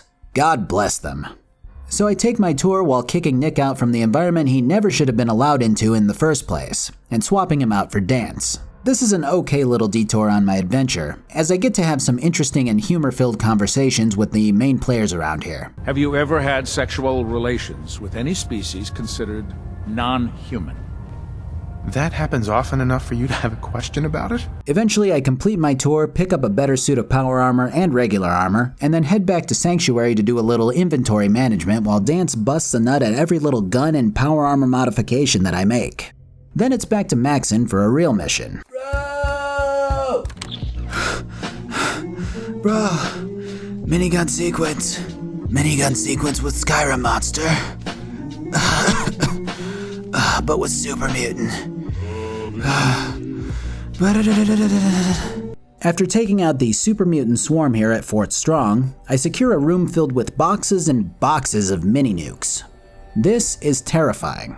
We've got loads of some of the most destructive ammo on the planet, and we're giving it to the technological fanatics. What could go wrong? Signal grenades can call a vertibird to your location when you need aerial transport. Simply. Anyways, this is again a stopping point for the Brotherhood until the final batch of quests can be completed. At this stage, all 4 factions actually pick up after I make it into the Institute, meaning that I've got to send Dance's overly excited ass back to the Hindenburg to fantasize about power armor and power armor accessories for a while. The best part about the next quest is Nick going, yeah, we need to bring on Piper for this mission. She really knows a lot about the Institute. And then she's literally worthless in this conversation. Like Nick goes, well, only Kellogg really knew how to get into and out of the Institute. Oh, yeah, what if we got a chunk of his brain and brought it over to this place in the town of Good Neighbor where people can relive past experiences in their memories? Yeah, let's go there. See you later, Pipes. So we head over to State Farm, watch a guy get shanked, give a lady something that used to be inside a dude's brain. You know, average stuff. What's this? This isn't a brain. Wow, thanks, Einstein. You want me to point out what else in this room isn't a brain, starting with that sponge inside of your skull? So the good doctor here tosses the implant into Nicholas here, who can't make heads or tails of the memories within. She concludes that the memories must be encrypted. The solution that she comes to is that we should both hop into these brainy chairs and I'll dive into Kellogg's memories while Nick acts as the host. I know this is all pseudoscience for the sake of the game's plot and pretty much everything here is just made up fantasy, but you're telling me that the Institute had enough foresight to encrypt Kellogg's implant, but didn't think about the possibility of someone just having a friend to try and break the encryption with? It just seems like a stupidly simple fix to something that was designed to keep people from viewing something. Then again, someone literally wrote the words, "This isn't a brain," and decided that it passed as feasible dialogue, so this probably isn't too much of a stretch. Anyways, into Kellogg's brain. Of course, they wanted this to be a grandiose presentation that made you feel for Kellogg or get to know him better post-mortem or whatever, which is alright, I guess? But realistically, Kellogg was a part of the story here for a solid 3 missions or so. I mean, don't get me wrong, I know he kind of kicked this whole business off, but they never really let you interact with the man himself until it's time to kill him. Had they let you meet him a few times as he's getting away, or had him listening to some of his thoughts while tracking him via holotapes, or something that made you wonder what he was all about, then this memory process wouldn't seem so out of place. I mean, the first thing that you do is see this guy as a kid, and it's just about the most cliche shit that you can imagine. Oh, his dad's a piece of shit, but his mom loves him and encourages him to be different. Oh, he runs away from his home and finds love and has a kid. Oh, the wife and the kid die because he tangled with the wrong people. Oh, now he's a big bad mercenary who has just become bitter because of his shitty life and is now killing others for money. Just, I don't know, completely droll, run-of-the-mill background. I mean, come on. Let Kellogg have a good mom and dad who get murdered for not producing enough caps when they get mugged. Let him start thinking that earning caps is everything in life and eventually seek revenge when he gets older. Let him figure out that he actually really likes mercenary work before he eventually has to kidnap Sean. Then let him learn to love again with this newly adopted boy, who he basically raises as a son while he does his mercenary work. Something like that would send some pretty mixed emotions to our character, I'd imagine. Well, eventually we get to the memory stage where he joins up with the Institute, and I get to see my loving wife's face again through his memories.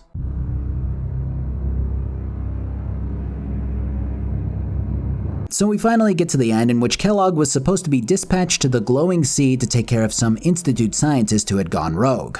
For some reason, he instead decided to run to the base he holed himself up in and waited for me. So I guess that's a thing. I suppose it was somewhat close to the glowing sea's boundary at least.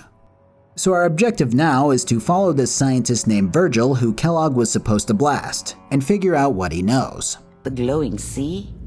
That doesn't make sense. No one goes there. Not even if they were desperate. That's why he's there. To make the Institute think twice about following him. That must be it.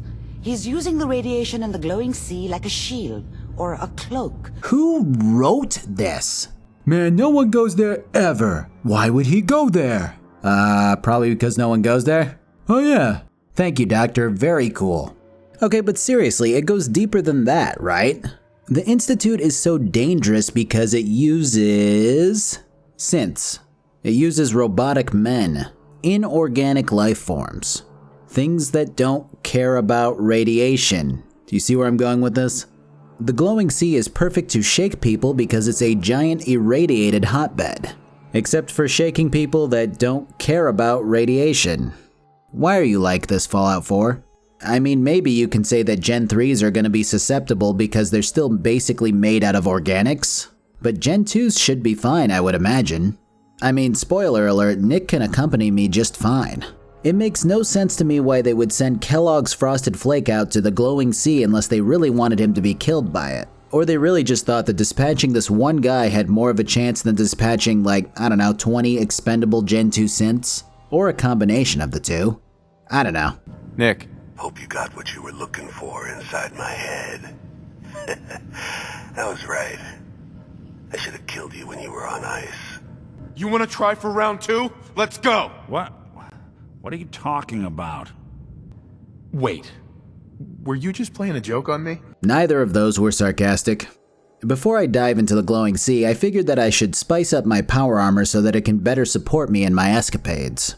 As lukewarm as I initially was about the power armor becoming a part of the game so early on, I do enjoy working on it and making it mine. It's an enjoyable set of upgrades that make sinking points into science and armor that much more fun.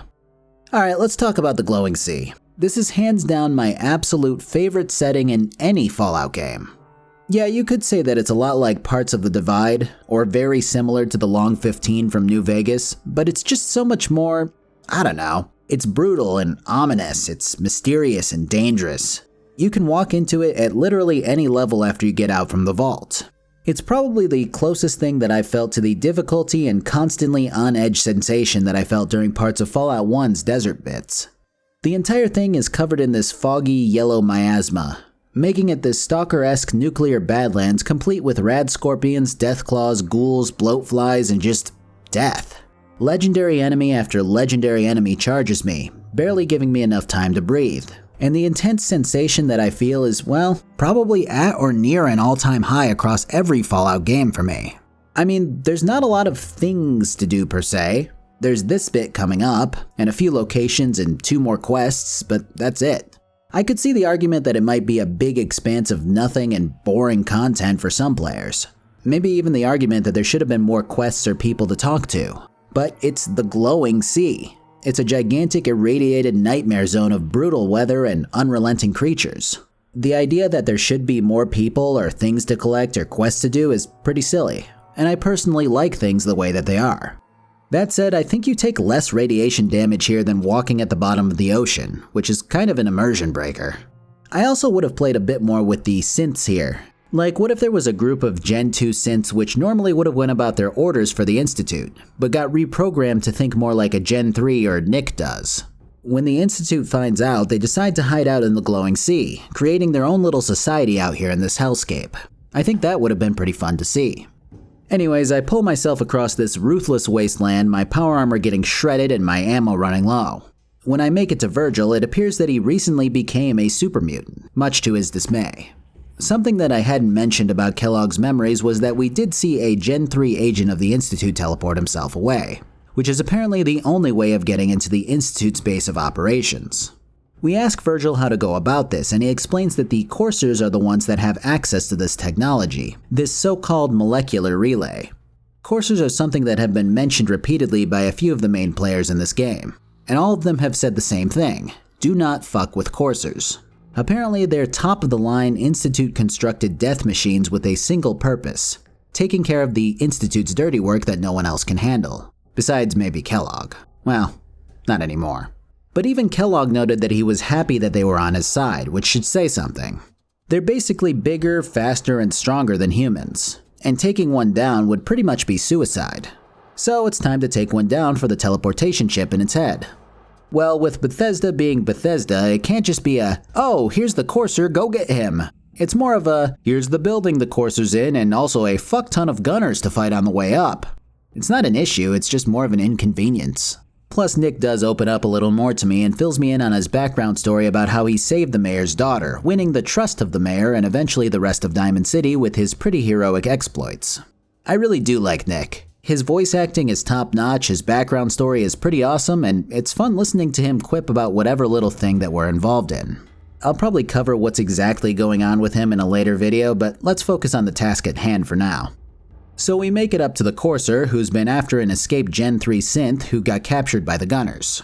He pulls the same tactics as Kellogg, by using a stealth boy and constant stim packs. A little less grenades though, so it's actually a pretty easy fight for how badass this guy was supposed to be. Though, to be fair, I've got the easy mode power armor on now, so yeah. After scooping out his chip, I free the synth girl and skedaddle out of here to figure out what to do with it.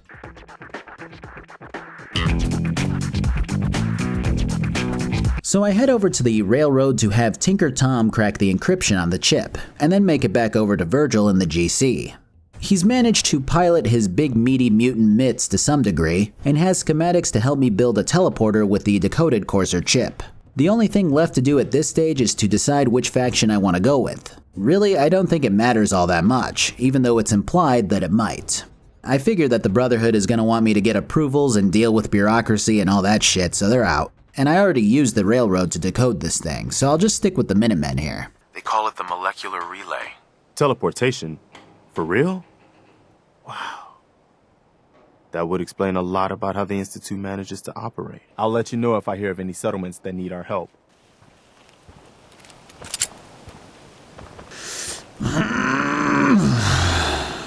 Not today. Not today. Alright, get ready for a fucking journey. So I build all of this shit and then zap myself away into the Institute's depths, right? And I find myself in the cleanest environment ever in a Fallout game. Which makes sense, but it's also kinda jarring. I mean, I'm not complaining, it's just so strange. It's like I walked into Prey 2017, but in 2015. Whatever. So I make my way down as the leader of the Institute talks to me, who goes by the name of Father. Well, eventually I make it to a room where 10-year-old Sean is sitting behind some glass. Well, Sean freaks out when he sees this big metal man talking to him and calling him his son, which, yeah, I mean, what did you expect, buddy? This is exactly what was going to happen. Except that isn't a big enough plot twist, which I agree with. Instead, this is a synth boy, and the real plot twist is that Father is my son. Sean. Father is Sean. Did you guys really have to call him Father? So here's the deal. When the Institute started working on perfecting synths to be carbon copies of humans, they needed human DNA that was untouched by radiation.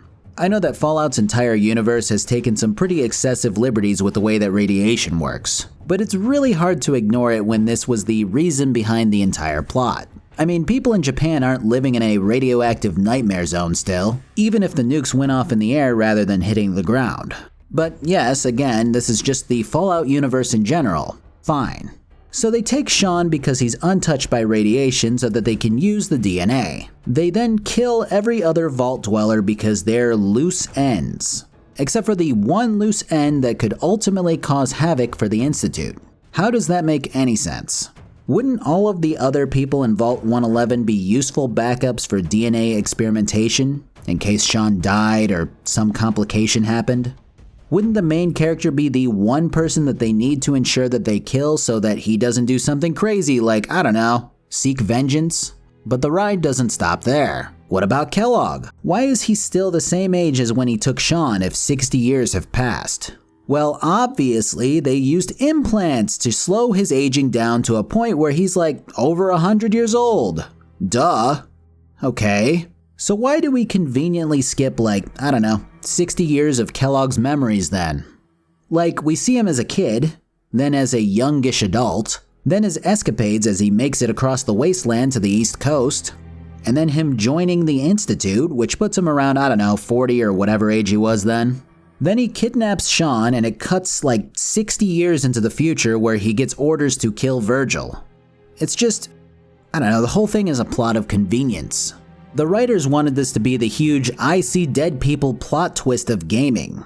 The holy shit moment that everyone yells about. But it's so sloppily executed. I mean, hell, even in Kellogg's memories you hear him refer to the old man's orders, which we now know to be Father. Except he refers to the old man when he's kidnapping Sean. Yeah, sure, you could go, well, maybe he just always refers to the head of the Institute as the old man. Or maybe this isn't really Sean. But come on. You know that neither of those are true, and we're just sitting here trying to take some white out to fix Bethesda's underbaked writing with. The reality is that they wanted the player to be completely blindsided by this plot twist. And while it is a pretty difficult twist to predict, it's not difficult because it's well written. It's difficult because the writing intentionally obfuscates any part of the truth that might lead the player to predict the twist. It's the exact same reason for Kellogg's wacky lawn chair adventure being such an on-rails shit show, despite there being no reason for him to have just been testing out the 10-year-old boy model of Sean for a bit and then running over to Fort Hagen. But I think one of the things that bothers me the most is the fact that my character and Sean are just sitting here shooting the shit about Kellogg, and it's like, yeah, fuck that morally twisted piece of shit. Yeah, I lured you to him on purpose so that we could get revenge.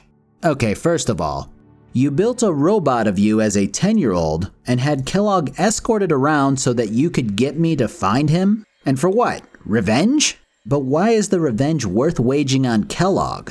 Kellogg was a fucking mercenary. I'm not saying he's a good guy, but he didn't decide, I'm gonna kidnap this boy in front of his dad's eyes for no fucking reason. That was the Institute's doing.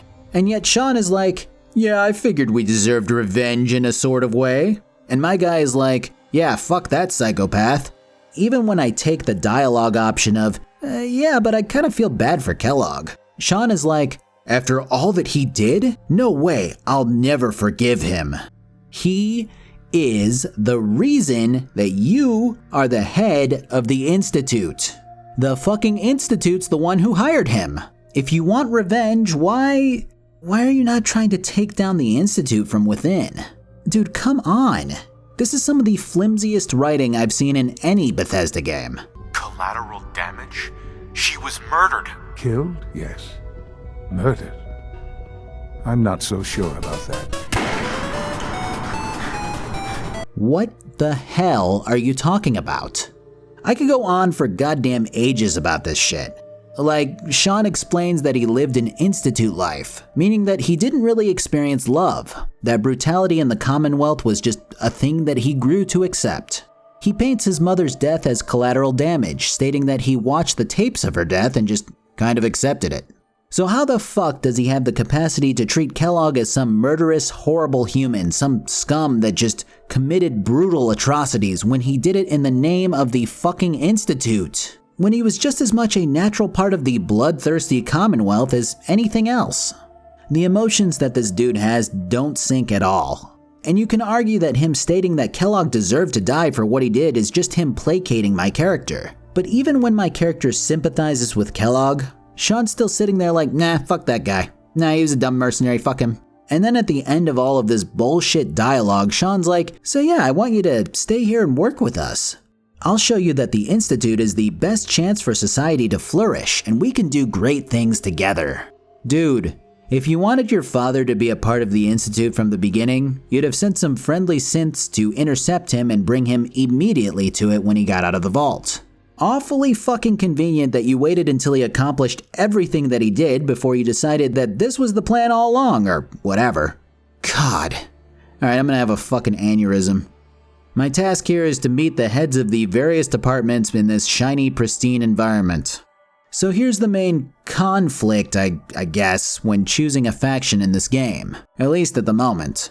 You've got the Minutemen, who are generally a force for good and keeping people safe. You've got the Brotherhood, who are a force of selfishness and hoarding technology, while claiming to try to keep people safe. You've got the Railroad, who are a force for good and giving synths their rights, but are generally pretty damn stupid. And you've now got the Institute, who seems to be leaps and bounds ahead of the pack in capability of helping out the Commonwealth and maybe even the world. At least that's how they're presenting themselves now. A lot of people that I meet genuinely seem pleasant to talk to and have nothing but good things to say about myself and Sean, which makes this a very difficult faction to outright say no to. Even the people that aren't as friendly usually are constantly working on some kind of new technological breakthrough, some kind of scientific marvel. It's a lot like how I imagined Big Mountain was before it became the Big Empty. And it makes it difficult to just go, yeah, whatever, these guys aren't going to do what's best for the world. Of course, they aren't all sunshine and rainbows, as the issue of them basically creating carbon copies of humans and treating them like nothing more than slave machines is still a big factor. During my tour, I'm given access to leave and return to the Institute whenever I please, as directed by Sean, which is either an incredible show of faith or a really stupid decision.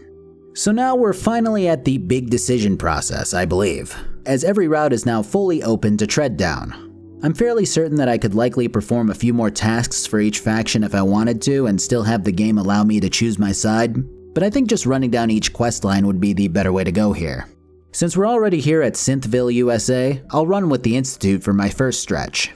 So the Institute's first demonstration of how synths running amok can be a bad thing is having me return a synth to their facility who's gone full raider and has made a living destroying other people's lives. It's really not the best example of, see, this is why synths must be controlled, because ordinary humans do this shit too. It is still kind of a wake-up call from the railroad idea that all synths which gain consciousness are just these pure, wide-eyed, innocent beings that just want a place in this world. After this, we truly reach the point of no return for one of the factions, as the Battle of Bunker Hill rears its ugly head. From the Institute's point of view, this battle starts because they want the synths back which the railroad has kidnapped. From here I can march straight into battle, or I can turn it into a clusterfuck by informing the Brotherhood, the railroad, or both. At least that's what the game wants you to think. The first time that I played through this part, I informed everyone and enjoyed marching through the carnage.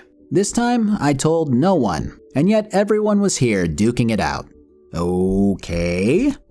Additionally, I can literally kill the courser who's with me, free or kill the synths, and then march back to Father, who gets mad at me. I can admit that it's my fault and he'll banish me from the Institute. Or I can just shift the blame and say I don't know what the fuck happened and he'll be alright with me still. So technically, the only side that I can lock myself out of here is the Institute, and even then I have to kind of be trying to do so. This whole mission is weird. Like, I don't have to fight at all, I can just walk through the chaos. And then at the end, when I reset all of the synths, the courser who came with me pops in and teleports them back. And yet, because I'm indoors, I can't simply teleport also because it's considered fast travel. Kind of an oversight if you ask me. Then no one attacks me on the way out despite my actions here, and Nick still stands by my side despite me siding with the people who view him as a machine and nothing more. And then it's as if the quest designers went, wait, they could have just not fought anything. Make it so that Father meets them somewhere else and they have to fight super mutants instead. Nick has a minigun.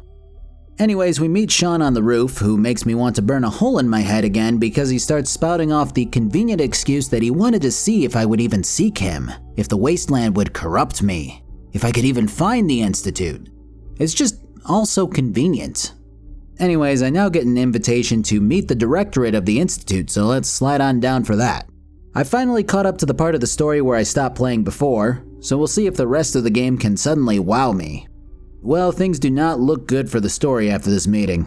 So I come into the boardroom, exit my gigantic suit of armor, sit down with my fucking helmet and bear trap the size of Wisconsin on my arm, and listen as my son sits here and starts spouting off super secret information to the room. All of the other scientists and top minds here are just cringing in their seats with every word that Sean is saying, while looking over at the man who can barely see from inside his headgear.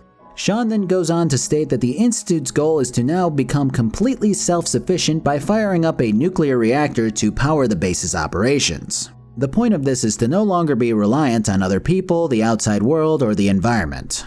And then my son goes, yeah, I'm dying. Also, my dad's gonna be the new leader of the Institute. I know I met him a day ago and his intentions are still pretty foggy, and he's probably fucking insane. But I'm sure he'll be a good fit. And yet this board of people who probably are supposed to be a part of a leadership are just overridden like they're nothing. Good leadership structure. After this circus clown act masquerading as a business meeting is finished, I talk to my son who says that everything is autonomous, so even a 1 intelligence player could run this place. It's more about settling disputes which arise and stuff like that. My character has no option to ask his son about which disease he's dying from, which is great.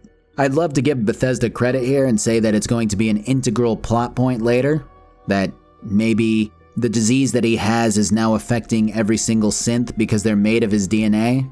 But yeah, nothing like that happens. It's just like cancer or some shit.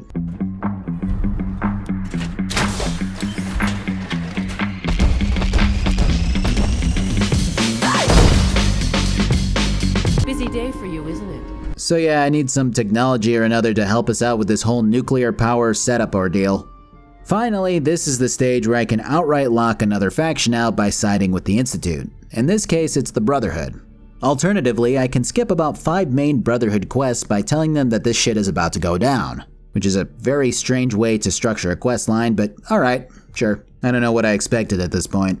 So I teleport over to the building and begin blowing Brotherhood members away. There's an elevator sequence, there's a retrieving the technology sequence, there's a robot fighting sequence, there's an escape sequence. It's all there.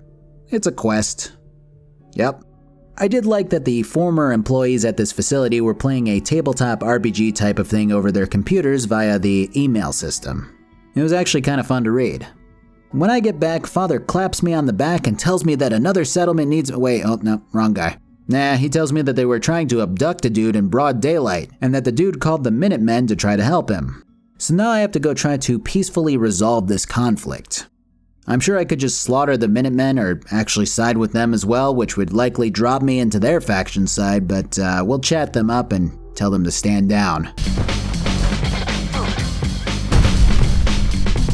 This whole thing is just a misunderstanding. A misunderstanding?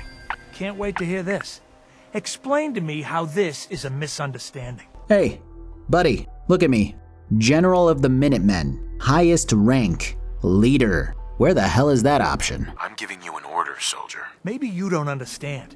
This ain't the military, and I don't have to take orders from you. Then why the fuck is there a general rank? I'm the general, guys. Let's go attack this base that's causing us trouble. What do you mean you don't want to do that? Yes, truly, this iteration of the Minutemen is the most successful yet. Anyways, I get in there and finesse this guy into coming with us. The most ridiculous part about this quest is the dude that was sent here to talk to him and convince him is super antisocial, as he tells you outright. He's like, yeah, I told them I was the wrong guy for the job like 20 times, but they just didn't listen. And yet I get the option to tell him that he's useless.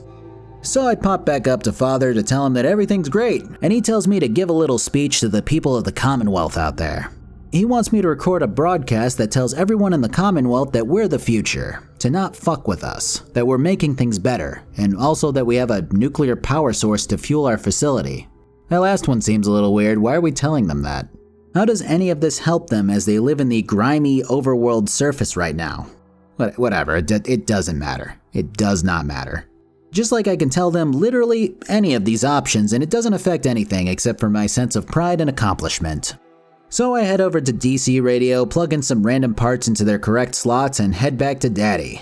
After powering up the reactor, it's time to attend another meeting, except this time, I'm in charge. No, I'm not in charge, the fucking script is. I can literally go, nah, we don't need to fight the Brotherhood or the Railroad at all. And everyone else goes, yeah, but we kinda do.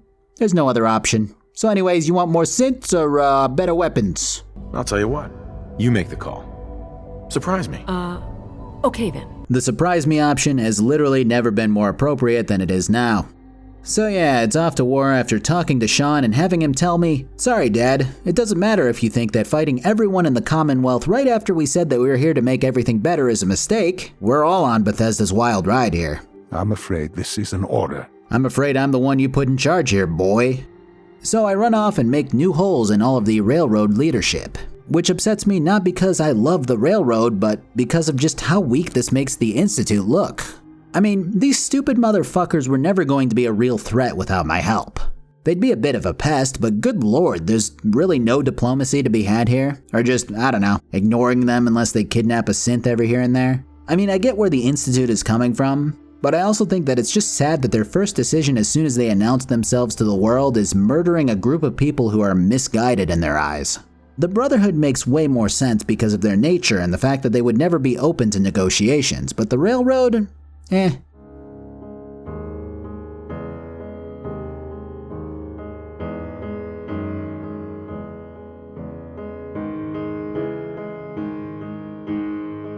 know what Valentine dislikes? Stealing from dead people's boxes and strong-arming people in delicate conversations. You know what Valentine is impartial to? Wholesale slaughter of people who are doing something that they feel is best for the synths. Why is this dude with me still? So you want to hear what this dude says about the Brotherhood? Strap yourself in for this logic train. So Father's like, Yeah, if we attack the Brotherhood, they're gonna send more people in after us from other areas of the world. And that makes sense, right? Like, these guys aren't just gonna let the Institute exist at all. There will be no negotiating. The Railroad probably could have been convinced if there were some kind of minor concessions made, or maybe they could have just been incapacitated without being killed. Something along those lines. The Brotherhood, on the other hand, is gonna need to be killed. So to combat the inevitability of the Brotherhood retaliating with other forces from across the country, this guy goes, yeah, we're gonna scare the shit out of them. We're gonna show them that they don't wanna mess with us. We're gonna let them know that we can just phase in troops from nowhere. Yeah, that's scary. To an average group. But the Brotherhood? If you thought the Railroad were fanatics, wait until you meet these guys. These dudes are fanatics. They'd start recruiting children into battle before they got scared enough to back down without a fight. I mean, attacking them? Yeah, sure, that works. But then not being prepared for retaliation? They'll definitely retaliate, it's only a matter of time. You know, I actually never realized that Dr. Lee is the same Dr. Lee from Fallout 3 until she tells me that she helped get Liberty Prime online. I think that memory just fell by the wayside or something. But yeah, my objective here is to basically escort a synth who is a walking virus over to Liberty Prime, which is the big walking death robot from Fallout 3. Once the synth gets in, it'll corrupt Prime into thinking that the Brotherhood airship is a communist vehicle and blast it from the sky. It's a great plan except for the part where I'm escorting a fragile synth through heavy fire. Why wouldn't they just make a backup virus on a chip and have me upload it? Like, from a questing mechanics perspective, maybe escorting the synth causes it to automatically upload with no further input. But if the synth does die, I have to do some kind of puzzle while I'm under fire to upload the virus manually. It just seems kind of weird that they'd hinge their entire plan on this thing living. But then again, you know that it's not actually going to die. It's a Bethesda game. Can you imagine getting some weird game over screen in this game because of an escort dying? So yeah, the assault on the Brotherhood is tough. They make it sound like it's some less fortified location, but holy fuck, dude. This is a battle and a half. It was non-stop carnage for the most part. I have to bust the generators which are emitting this anti-teleportation field type thing so that synths can beam in, and then I have to defend this spindly little robot from dying while it fucks communism into Liberty Prime. It's actually, admittedly, a really cool fight. Like, I had a lot of fun, especially when it came to knocking out the Brotherhood members that I recognized. I even saw Maxon come in on a badass vertibird to fight us himself, which was really cool. Too bad he got stuck inside a building. Oh well. Prime gets reconfigured and death beams the Hindenburg out of the sky before we teleport to safety to watch the fireworks. It's a really cool mission, actually. So we've finally done it. We've beaten the game 1 time out of 4. You return to Sean, who dies in his bed, surrounded by unfathomable amounts of medicinal and scientific resources. Then the credits roll and your character monologues about how he searched for his son and then found him, and then his son fucking died. And then you wake back up and everything's blue now. Congratulations. Alright, let's give my closing feedback on the Institute here. These guys have repeatedly claimed to be the best thing for the world, for society. And realistically, if they were a genuinely altruistic organization who sought out using their technological and medicinal advances for the greater good, then they'd easily top any other faction in terms of raw potential when it comes to helping out the world. But they're not good people. These guys and their philosophies are steeped in hypocrisy. They're no better than any other threat that they claim to have a hold on the Commonwealth. Because while the Brotherhood are fanatic assholes who will do anything to wrestle control from people and harvest their tech, they're at least very transparent about it. The Institute, and Father in particular, constantly berate other factions for being violent, constantly remarking on specific instances of their actions getting innocents killed. And yet the Institute has no qualms about slaughtering countless lives to strip a town of parts that they need. They have no issues disappearing innocent people and replacing them with murderous Gen 3 synths to make sure that their interests are kept preserved. And that includes a little tale that Nick recites to you about the Commonwealth trying to unite under one banner, and then suddenly an Institute synth infiltrated the big meeting where everyone was supposed to finalize this unification and killed all of the leaders. The Directorate of the Institute will sit here and claim to want the best thing for the Commonwealth, while getting excited about finally getting revenge and respect for all of the years that people hated them and doubted them in the past. The reason that these guys even have Sean as the director is because the leadership back then ordered for him to be kidnapped and for every other Vault Dweller to be murdered besides you. You know how there's like hundreds of super mutants in this game? They were created on the West Coast, but somehow there's just loads over here. That's because of the Institute. They were fucking around with the FEV and made a whoopsie, and wound up creating super mutants. Then they dumped them onto the surface, shrugged, and continued experimenting with their dumb synth gorillas and the like. It's the reason why Virgil hoofed it out of there. Ah fuck, I forgot to give Virgil his tendies. Shit. Don't you forget our agreement. I've helped you as best I can. If you make it in there, you find that serum. It's my only hope for ever being normal. Well yeah, anyways, Virgil made a cure for it. You know that those guys in the labs knew about this cure too, and yet they didn't go, oh, we should help humanity out by trying to wrangle the mutants that we unleashed and cure them. The reality is that these guys are basically Vault Tech 2.0. Your son is a manipulative shithead who threw you into the Commonwealth to see what would happen, and then pretended like he cared about you and was longing for you all this time on his deathbed. And the worst part about all of this is that almost no one addresses these things. Occasionally you'll hear something out of someone like Dr. Lee or the like, and I'm sure that your character can grumble about it in some shoddy dialogue. But you can't do anything about it, short of joining another faction and annihilating the Institute. After you see the ending roll, you can't take up the reins and go, hey guys, we're gonna start fixing the wasteland. Can you imagine if you could? How cool would it be to choose between building up the Institute into a powerful, unchallengeable death machine of selfishness, or a benevolent force for good that does things like cure super mutants, get people a steady supply of resources, rebuild towns, stuff like that. But an ending is an ending in Fallout. You can continue side questing, but anything more is out of the question, and that's a real shame. Let's move on to the Brotherhood, because after all that, I could really go for some ad victoriam.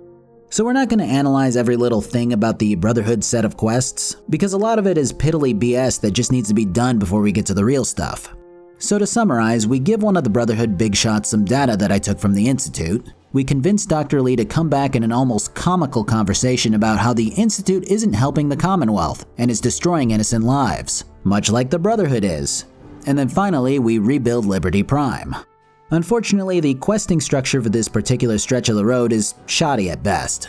Before it's time to find parts for Prime, I literally have to talk to Maxon, talk to Lee, talk to Ingram, talk to Maxon, talk to Ingram, talk to Lee, and then talk to Ingram again. And they're always a loading screen away, which hurts in this game because for some reason the load times even on a pretty good SSD are a good 5 to 25 seconds depending on what we're loading. But eventually I do get to re-infiltrate the glowing sea, head through this odd pyramid structure which houses gigantic nuclear warheads, talk to this crazy bastard to convince him that we're here to spread radiation, and then secure the nukes to rearm Liberty Prime. I think the thing that I'm happiest with here is just the sheer amount of pats on the back that the player gets for their hard work with this faction. With the Institute, it always felt like, yeah, I figured you'd do that, you dumb fuck. Here's your next task. At least the Brotherhood is super stoked about how much you're helping out. Now we've got a quest with a good idea behind it, which I actually remember. So you report back to Maxon, who's pissed. He's like, why the fuck have you been working with a synth? And I glance over to Nick and I'm like, oh shit, they noticed. And then he goes, you knew that Dance was a synth this whole time. Oh, you're still clear, Nick. They still think that you're one of them. Yeah, this entire conversation is completely asinine when there's a walking, talking synth just chilling behind me as my follower. The Institute and its creations need to be destroyed in order to preserve our future. So yeah, Dance is a synth, which would probably be a great twist if, again, well, yeah. But either way, we're to track and kill the poor bastard now, as he's gone missing right at about the time these guys found out what he is. Can you believe synths are replacing humans with exact duplicates? Makes me sick. So we head on over to the Proctor here, who fills us in on how he figured out that Dance is a synth after I ripped the data from the Institute and gave it to the Brotherhood.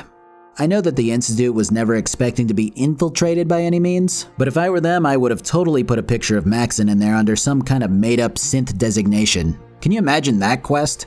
Getting to choose between believing Maxon, who's went into exile, or working for the new head of the Brotherhood which replaced him, and taking Maxon out would have been awesome.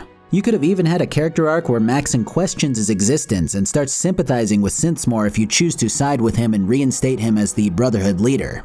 I mean, honestly, it could have been a quest, seeing his father is waiting for me when I break into the Institute. They did know that I was coming. They could have easily thrown some dummy files in there. Oh well. So Haylen's all upset, but then the proctor reminds her that she's part of a no questions asked, perform your orders or die type of military regime. I think our best approach would be to identify every location he's ever visited and eliminate them as possibilities one by one. Boy, that doesn't sound tedious. Fortunately, Haylen confides to me about a location which they promised to hide out in if anything went wrong, and told me that that was likely where I could find Dance. So after powering through to him, I come face to face with Dance, who's smaller than ever. It's actually kind of jarring seeing this usual mountain of a man out of his power armor and dejectedly standing there, awaiting his death. He has absolutely no fight in him. He's just waiting for you to kill him, to carry out his beloved Brotherhood's orders. He tells you that it doesn't make sense, that he remembers his childhood, but that orders are orders. From here you can kill him, spare him, or walk away and he'll kill himself. I obviously choose to spare him and convince him to flee the Commonwealth, but lo and behold, here comes Maxon, who followed me here. He goes on and on about how he knew I wouldn't be able to do it, and then commands me to kill Dance right there. Wait, okay, so the commander of the Brotherhood sent one of his soldiers to go do something, but then didn't trust him enough to do it. So he left personally to go, aha, when I don't do it. Are you fucking kidding me? Does this guy have literally nothing better to do? Why not send a paladin or two with me to ensure that I get the job done? This makes no sense whatsoever, and it's more about writing in that oh shit moment than making any sort of sense. The most fucked up part about this is that, as with any other conversation in this game, the outcome doesn't change no matter what you do. You can Kurt Cobain him immediately and you get promoted. You spare him first and then kill him and you get promoted. You spare him and then fail the speech check and Maxon kills Dance instead and you get promoted. For some reason. Really cool, great quest design. Like I said, I enjoy the idea of Dance being a synth. I think that that's good, but then all of this other shit just ruins it. What's even funnier is that Maxon only follows you if you spare Dance. If you kill him, he's still at the base. I guess he only trusts you in the instance that he knows that you would kill Dance outright. The worst thing about this is that I actually still kind of enjoyed some of the back and forth. I enjoyed Dance realizing that he didn't have anything to be ashamed of, that he fought hard for the Brotherhood and its beliefs. I liked listening to him deciding that he was at peace if he lived or died, since he knew exactly who he was now. I appreciated Maxon's speech about how he believes that synths are just ticking time bombs, and all that they've done to harm humanity. It's a good idea, but it's just... If you wanted this conversation, you could have just had this whole thing take place on the Pridwin. Don't have Dance leave, because honestly, this place that he holed up in has 3 turrets and 2 protectrons, and that's it. It's not even really a level per se. It's just a stage for the story to take place in. Whatever. So I get promoted, and then I get told that the Railroad might build a Lego catapult to attack the Brotherhood with, so we have to stamp them out. The difference between this extermination and the last is that the Railroad immediately knows that we're coming, and that the Brotherhood sends in help. It goes pretty much the same, just with less element of surprise. Though there is one extra step in reprogramming their robot to come work for the Brotherhood instead. But beyond that, same old. The next quest follows the same pattern with even more copy and paste, in which I ransack the mass fusion building for the beryllium agitator, except on the other side of things. What I find strange is how both times that I went to crush the Railroad, I was never given a warning by the game about the decision that I was making. And yet when I went to attack the Brotherhood or the Institute, the game was like, whoa there buddy, are you sure? It makes me feel like the devs favored the latter 2 factions over the Railroad. They even make sure that you manually go to the teleportation room in the Institute or the vertibird on the Pridwin to arrive at the mass fusion building. But yeah, this mission is literally just a repeat of before, except the Institute got here first. So the reason that the Brotherhood needs the agitator is to get this fat load of commie-crushing construct moving without sucking juice down from the Goodyear blimp that's stationed across the way. So now we get to experience Fallout 3's Broken Steel DLC again, but now with better graphics and 15% better AI pathing. Probability of Chinese victory. Impossible.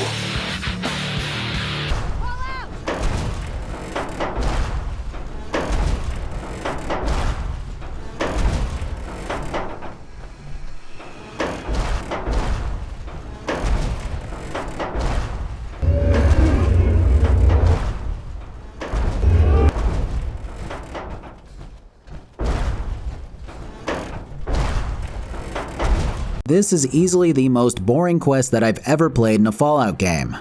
Do you know why this worked in Fallout 3? Because the power armor-clad Enclave had enough of a presence to slip through Liberty Prime's defenses. Plus there was this ridiculous patriotic music blaring out from this big scrap heap that made everything much more funny and kinda cool in its own way. That doesn't happen this time. I take out my weapon a few times expecting to need to be here for some reason, but there's just no need for it. Unless I want to try to siphon some XP before Prime obliterates whatever it's looking at. It's just a bunch of scripted little events like behemoths spawning in and Prime one-shotting them. And it gets really old after like 3 minutes. But the march lasts a good 10 to 12. Why am I here anyways? These guys wanted me to escort this impossible to hurt thing for some reason, but it's very evident that it doesn't need help. I mean, I guess you could say that they don't know what could possibly happen, but I mean, this is just ridiculous. It doesn't even remotely get hurt. If the devs wanted to show this off like it was some kind of awesome event, they could have had me follow it for a few minutes and then have the Brotherhood radio in and go, yeah, okay, you can go on ahead, we'll meet you there. When Prime is done liberating the communist threat from the Commonwealth, he shoots a big dumb eye laser into the ground and creates an entrance for us to get into the Institute. Because that's just how that works. I think he threw a nuke in there too, just in case. It's not that bad of a quest from here on out, as I get to raid the place that I was so familiar with before this. I think the best part is just how ruthless the Brotherhood is here in killing any and everyone, including the scientists which aren't fighting, just trying to escape. It's about as brutal as you could hope for with these guys, and eventually I make it to the reactor door which is sealed shut. So I have to run up to the computer in Sean's office and hack it to get the doors open. The password is loot. Just loot. Apparently these brainiacs were playing 5D chess and reverting back to simple passwords instead of XYZ Pussy Slay 20 exclamation point. Well, after I get the doors open, Sean pops out of his cocoon to tell me that I've doomed the Commonwealth. I call him a stupid fucking nerd and dome him with Kellogg's pistol. Then I head over to the reactor, blow it up, and get teleported out of there. The ending has the little robot Sean from earlier running up to me and begging me to save him. This has no effect on the game. Like honestly, no effect. I'm sure maybe you can talk to him later? I haven't interacted with him at all besides that one time when he thought I was gonna kidnap him. The whole thing is just a failed attempt at making the player feel some emotion for no logical reason. Good writing. Anyways, we teleport out and I blow up the Institute. And then the exact same credit sequence rolls. Exactly the same. Really? Yep. It's become painfully obvious that this is the only sequence that there is. Every other game told you what happened to the various peoples that you've met, the factions that you've interacted with, and the impact that you've had overall on the wasteland. This one just gives you a vague overview of your journey and makes sure to say the line. War. Changes never. War. Shit. War. Fuck. Alright, I'm starting to get a headache and only the railroad can cure it. So the list of railroad quests are substantially lower than the Institute or the Brotherhood, which again points to the idea that the devs did not care for it when they were designing it. My first quest is to head back to the Institute and to try to make contact with the person who's been ferrying synths to the surface to help them escape. After contacting them on a terminal, I meet with a guy named Liam and a synth named Z1, who's been aiding Liam in helping synths escape. Liam then says that he has a plan to help a whole load of synths escape in one fell swoop, and tells me that I'll need to retrieve a password to get into one of the old terminals from the surface to do so.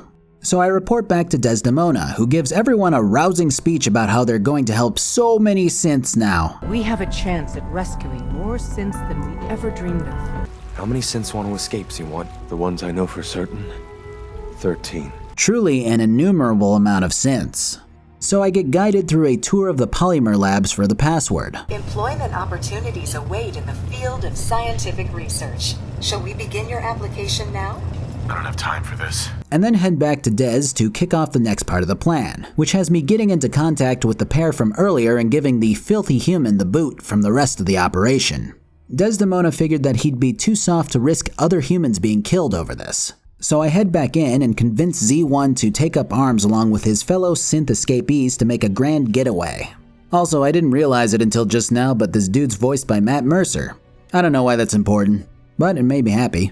Anyways, Desdemona was right in her assessment, as asking Liam about violence potentially breaking out has him telling you that we'd just back down and live to try another day. Nah, that's dumb as hell, this guy's out. So after swaying around in a cafeteria chair for 24 hours straight, I head back to Z1, who tells me that I should kill the guards at the mining site where the synths who are trying to escape are stationed. Then they're going to collapse the tunnel to make it seem like everyone died in a tragic mining accident. Because Lord knows that the Institute isn't thorough enough to try to investigate the corpses of guards with bullets in their heads or, I don't know, try to dig out the cave-in to find 0 bodies. So I head down, throw a couple of bottle cap mines at these clustered assholes, and then the synths go, alright, we'll do the rest. Right on, less work for me. When I return to Z1, I'm given the directive to simply work with Father more. This means that I need to do every single Institute quest until they order me to wipe out the railroad. Ugh.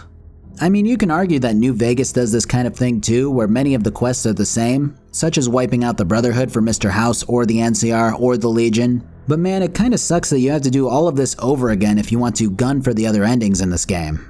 So obviously we'll skip ahead until we get to the stage where the Institute is ready to attack the railroad again. When all is caught up again through hard work and definitely not console commands at all, Z1 warns me of an impending Brotherhood attack on the railroad. So I haul ass back to the railroad to let them know, and here comes the flood. Well, kind of. There's a good, 15 or so Brotherhood members to take out, which isn't much. But this pretty much follows the trend of the little battle before the big battle that every faction goes through. Except there is a weird point of order here. You remember Paladin Brandis? Dude is not hostile. In fact, when the fighting starts, he begins spraying down his own people too. I don't know what to make of that, but unfortunately the quest does not complete until he dies too. Funnily enough, not even the Brotherhood was technically hostile towards me until I killed Brandis. So there must be some kind of weird logic bug going on here. So next up, Desdemona goes, alright, we're gonna kill off the Brotherhood by shooting down the Pridwin. I'm sorry, you're gonna what? You're telling me these C-tier assholes have this capability the entire game? They've just been too weak and stupid to hijack a vertibird until I get there like a glorious shining god to do it for them? I just love the gall of Desdemona going, alright, we need a vertibird, go get it. The fuck? Doesn't this sort of thing usually involve a please and thank you? And on top of that, Des claims that because Tinker Tom has a galaxy brain, he can fly a vertibird perfectly with no practice like he downloaded the information a la the Matrix. We got ourselves some wheels, or wings, or whatever this is. This definitely will not go wrong. So the ingenious plan that these guys came up with is as follows. Fly to the Brotherhood of Steel's floating aircraft carrier utilizing a pilot who's never actually flown a vertibird. Don't get shot down by countless other vertibirds and soldiers around the area. Jump off and run onto the Pridwin. Find a place to set an explosive charge from the inside, and then run away while it blows up. Yep, this is what peak intelligence looks like, fellas. No wonder they couldn't pull off this plan that they had on standby for so long. It's literally a suicide mission for anyone except for a deity like the player. So this is how it actually goes. We hijack the plane, Double T does his best to swing us over to the blimp, Deacon does his best to convince the air traffic controller that we're not actually 3 trained circus monkeys in a plane, we land, no one checks to see who's on the vertibird, I run into the ship and every single person on it starts shooting at me. So I sprint through while chugging cola until I plant the charges. And then I run back onto the ship and jump onto the still functioning vertibird. Tom forgets how to fly in a straight line after all that practice that he just had, and then the explosives go off and the airship crashes. My game got so excited by that it crashed for the first time this entire video. Crashing aside, this whole mission really puts the railroad into perspective. They're like the epitome of maximizing luck and minimizing intelligence. And every single major thing that they've done successfully has been reliant on either me or sheer dumb luck, despite acting like they're this incredible guerrilla warfare symbol of justice in the Commonwealth. Then again, the Brotherhood just lost their commander, their main airship, and countless troops to 7 bottles of Nuka-Cola and a suit of power armor, so it's hard to say who the bigger morons are. So the final mission is another clone of the Brotherhood's final mission. Same route, same objective, same voice lines, except by different and with different people. I will say that Sean wasn't tucked into bed this time for some reason, but whatever. And the ending cinematic is actually identical, as I figured that it would be. God, that annoys me. Alright, final faction time. The Minutemen have the least amount of unique quests yet, which is really a drag. I mean, the amount of potential that these guys have for interesting and unique quests is staggering. The Minutemen have that colonial vibe to them. and they could have easily had you running around and raiding historic sites around the Commonwealth for various history-related weapons, armor, plans, etc. I feel like the devs looked at what they did with Fallout 3's history stuff and went, nah, been there, done that. But there were just as many significant colonial events around the Boston area which occurred and could have been played with. The Railroad at least has quite a few side quests which aren't Radiant, actually the most in the game out of all of the factions. But the Minutemen have absolutely nothing besides heaps and heaps and heaps of Radiant settlement quests. I almost feel like the devs were commanded to put in 4 factions, and they spent all of their time on the Institute, the Brotherhood, and then started on the Railroad. But when the Minutemen rolled around, they just decided to phone it in. This is only further exacerbated by the main quest that you do get. So I get the data from the Institute, give it back to Sturgis, and then talk to Garvey about attacking the Institute. He goes, nah, we're not ready. We need settlements. And this is it. You recruit 8 total settlements and Todd Garvey decides to let you continue to play the game.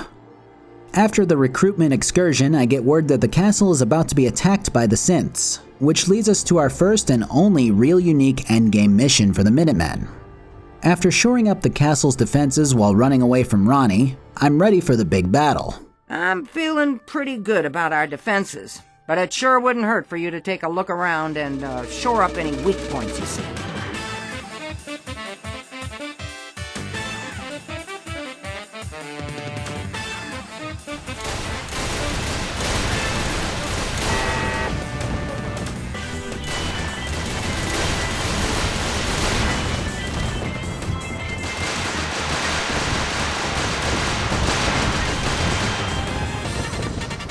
Yeah, this is basically a tower defense game with the way that I set it up, though eventually the synths do manage to break my turrets and generators, but that's alright. After all is said and done, it's time to invade the Institute. Once we reach our target, you'll need this. It's a fusion pulse charge. But first, take this. It's a fusion pulse charge. You're gonna need this. It's a fusion pulse charge. To its credit, the quest does have a 12-minute or so preamble in which you actually claw your way into the Institute through a sewer pipe system before rounding up Garvey and the boys. But after this, it's the exact same thing as always. I will say that Father pops up this time, and I actually have an option to convince him to help me to evacuate as many people as possible, while also shutting down like 3 whole synths so they don't attack us anymore. So that token gesture was kind of neat, and seems to be unique to the Minutemen. And oddly enough, that's it for the Minutemen, as short as that was. The ending rolls, and surprise surprise, it's the same as always. If you do happen to get on the Brotherhood's bad side at any point before or after this, there's also an optional mission to destroy the Pridwin with an artillery strike, which is the easiest that it's ever been. I mean, there's some vertibirds to deal with after it, but it's a very short and sweet excursion. But that's really it for the main part of the game, and I'm not gonna lie, I'm fucking sick of Fallout 4. And it's not that the gameplay got that much more cumbersome. It isn't that I wasn't still enjoying leveling up and upgrading gear and all of that stuff. It was honestly just playing the incredibly poorly written main storyline back to back 4 times over. Had the game rewarded you with something more than what it gave you, I'd probably have been feeling a little better about all of this. But as it stands, I'm really worn out despite the good things that the game does do. My big issue with these endings is that they don't feel like endings. They feel more like bigger missions in a chain of regular missions. Like sure, the last quests all seem to be these epic things in their own way, but none of the cinematics which follow feel particularly fulfilling by any means. If I were to take a stab at guessing what happened with this stuff, I'd say that the devs really thought that what makes a finale is a big fight. No matter what, there's gotta be a big fight. If that's there and it's bigger and better than ever, then that makes the ending good. But that's just not the case. Sure, you could argue that New Vegas' endings all involved a big fight, and that's true, but there was a lot of meshing between the different factions, a lot of back and forth interactions between the Boomers and the Brotherhood and the Strip families and the Great Khans on top of direct conflicts and exchanges between the NCR, the Legion, and Mr. House. Fallout 4's interactions, on the other hand, felt about as hollow as they could possibly be. And this is only echoed by the fact that I was practically forcing myself to complete the game the 2nd, 3rd, and 4th times around. There's a very big reason why I just stopped playing partway through the main story the first time around, and I think I finally reached my answer. It's some of the worst storytelling that I've ever seen from a main quest in a Fallout game. And that's a crying shame because the potential here for a genuinely great story was out of this world. Many of Fallout 4's factions are so one-dimensional that I don't need to play the other faction quests to understand their corresponding factions. I don't feel like I received some incredible new insight on the Railroad that I didn't fully understand just through their introduction alone. I don't feel like the Brotherhood had so much more depth beyond being ruthless tyrants after playing through their side. And don't even get me started on the generic good guys of the game, the Minutemen. The only side that I can really say that I learned a lot about through gameplay was the Institute, which was definitely a good call. But even its ending was pretty damn abrupt, and seemed to rely on the emotional connection that you felt to your son dying, which had about as much impact as someone throwing a piece of popcorn at an airplane. I mean, even Fallout 3's ending had you sacrificing your character to radiation, or I guess one of your allies. It felt finite, and it definitely played out like the ending to a long story. At least until the DLC came around and Bethesda went, ah shit, fuck, nah, just kidding, you didn't die, because they wrote themselves into a corner. But when I think about New Vegas and how much I learned about the NCR, and how my feelings developed from thinking that they were pretty cool to being pretty annoyed with the varying amounts of stupidity which they brought to the table, or completely gaining a brand new perspective on why the Legion is the way it is, and how it came to be as strong of a faction that it is. It's just a night and day difference between the storytelling practices of these two games. And even if you could argue that the Yes Man route where you do everything for yourself in New Vegas is kind of akin to the Minutemen, in that there really isn't any new startling character development, you're still basically pissing off every major faction and burying them for no other reason than, hey, I can do it better. And that's pretty damn cool. Am I being overly analytical about the constructs of a fictional video game timeline? You bet your ass I am. But it also doesn't take a rocket scientist to figure out that there are so many ridiculous lapses in judgment when coming up with the storyline in Fallout 4. Logistics went out the window in favor of creating a pseudo-emotional, forced story that's supposed to make the player go, wow, that's crazy.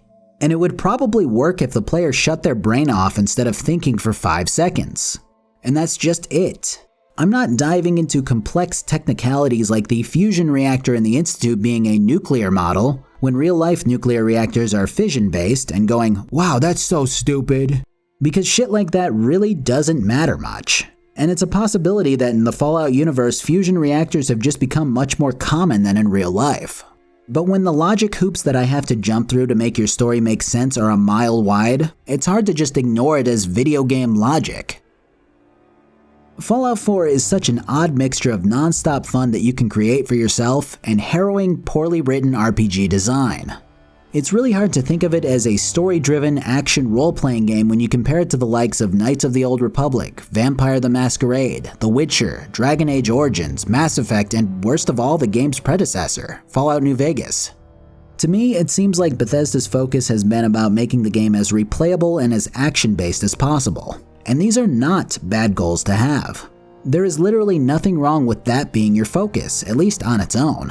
But when you sacrifice your game's story, and how good the NPCs feel to talk to, and these basic things which previously defined the franchise, it's not a good look for a series that has historically thrived, which has had many resources and money at its disposal to make it as good as it possibly can be. I'll put it this way. If you're looking for an action RPG where you can create your own fun and play how you want to play, Fallout 4 is easily one of the best games in the genre. But if you're looking for an action RPG which is fun to play but still has those memorable moments, those amazing characters that you want to revisit over and over, then Fallout 4 falls flat on its face in just about every sense of the idea. I really do hope that Bethesda has learned from its horrendous Fallout 76 fiasco that people generally want more substance in their Fallout games. You can make the gameplay pretty close to top-notch, but if you cut out the heart of what the series is, it'll only make people indifferent to the game. I feel like Fallout 4's forced interactions, shoddy script, and the way the NPCs were treated as simple quest givers for the most part was the precursor to what 76 became. But I'm also hoping that with the pushback that 76 got, and the continuous buzz about New Vegas' greatness is enough to really help Bethesda reevaluate what made this franchise something special. Or maybe Fallout 5 will just be Fallout 4 Enhanced Edition. Thanks for watching. Sweet, merciful fuck. It's been a while since I've done a video like this, but it was an interesting ride. As much as I would love to move on to the greatness that I'm sure Fallout 4's DLC is, I just can't do it yet, man. But I am thinking of doing something more, I don't know, Star Wars, Cyberpunk related. One of those two, we'll see. But until then, I've still got holiday shirts for a limited amount of time. Yeah, sure, they're Pokemon or Animal Crossing related for the most part, but they're also fucking cute, so consider that. Also, I've been streaming pretty much every single day of this month on my Twitch, barring some days around the holidays.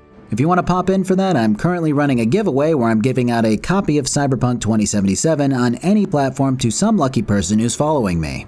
I only ask that you be in the chat on the 30th if your name is called to win. And that you're following my Twitch, obviously. I've also got a Twitter where I complain about stuff. Not usually. Usually it's just random bullshit and updates. I've got a Discord where people chat it up while they wait for me to do something, and I've got a Patreon. And that's it. Merry Christmas.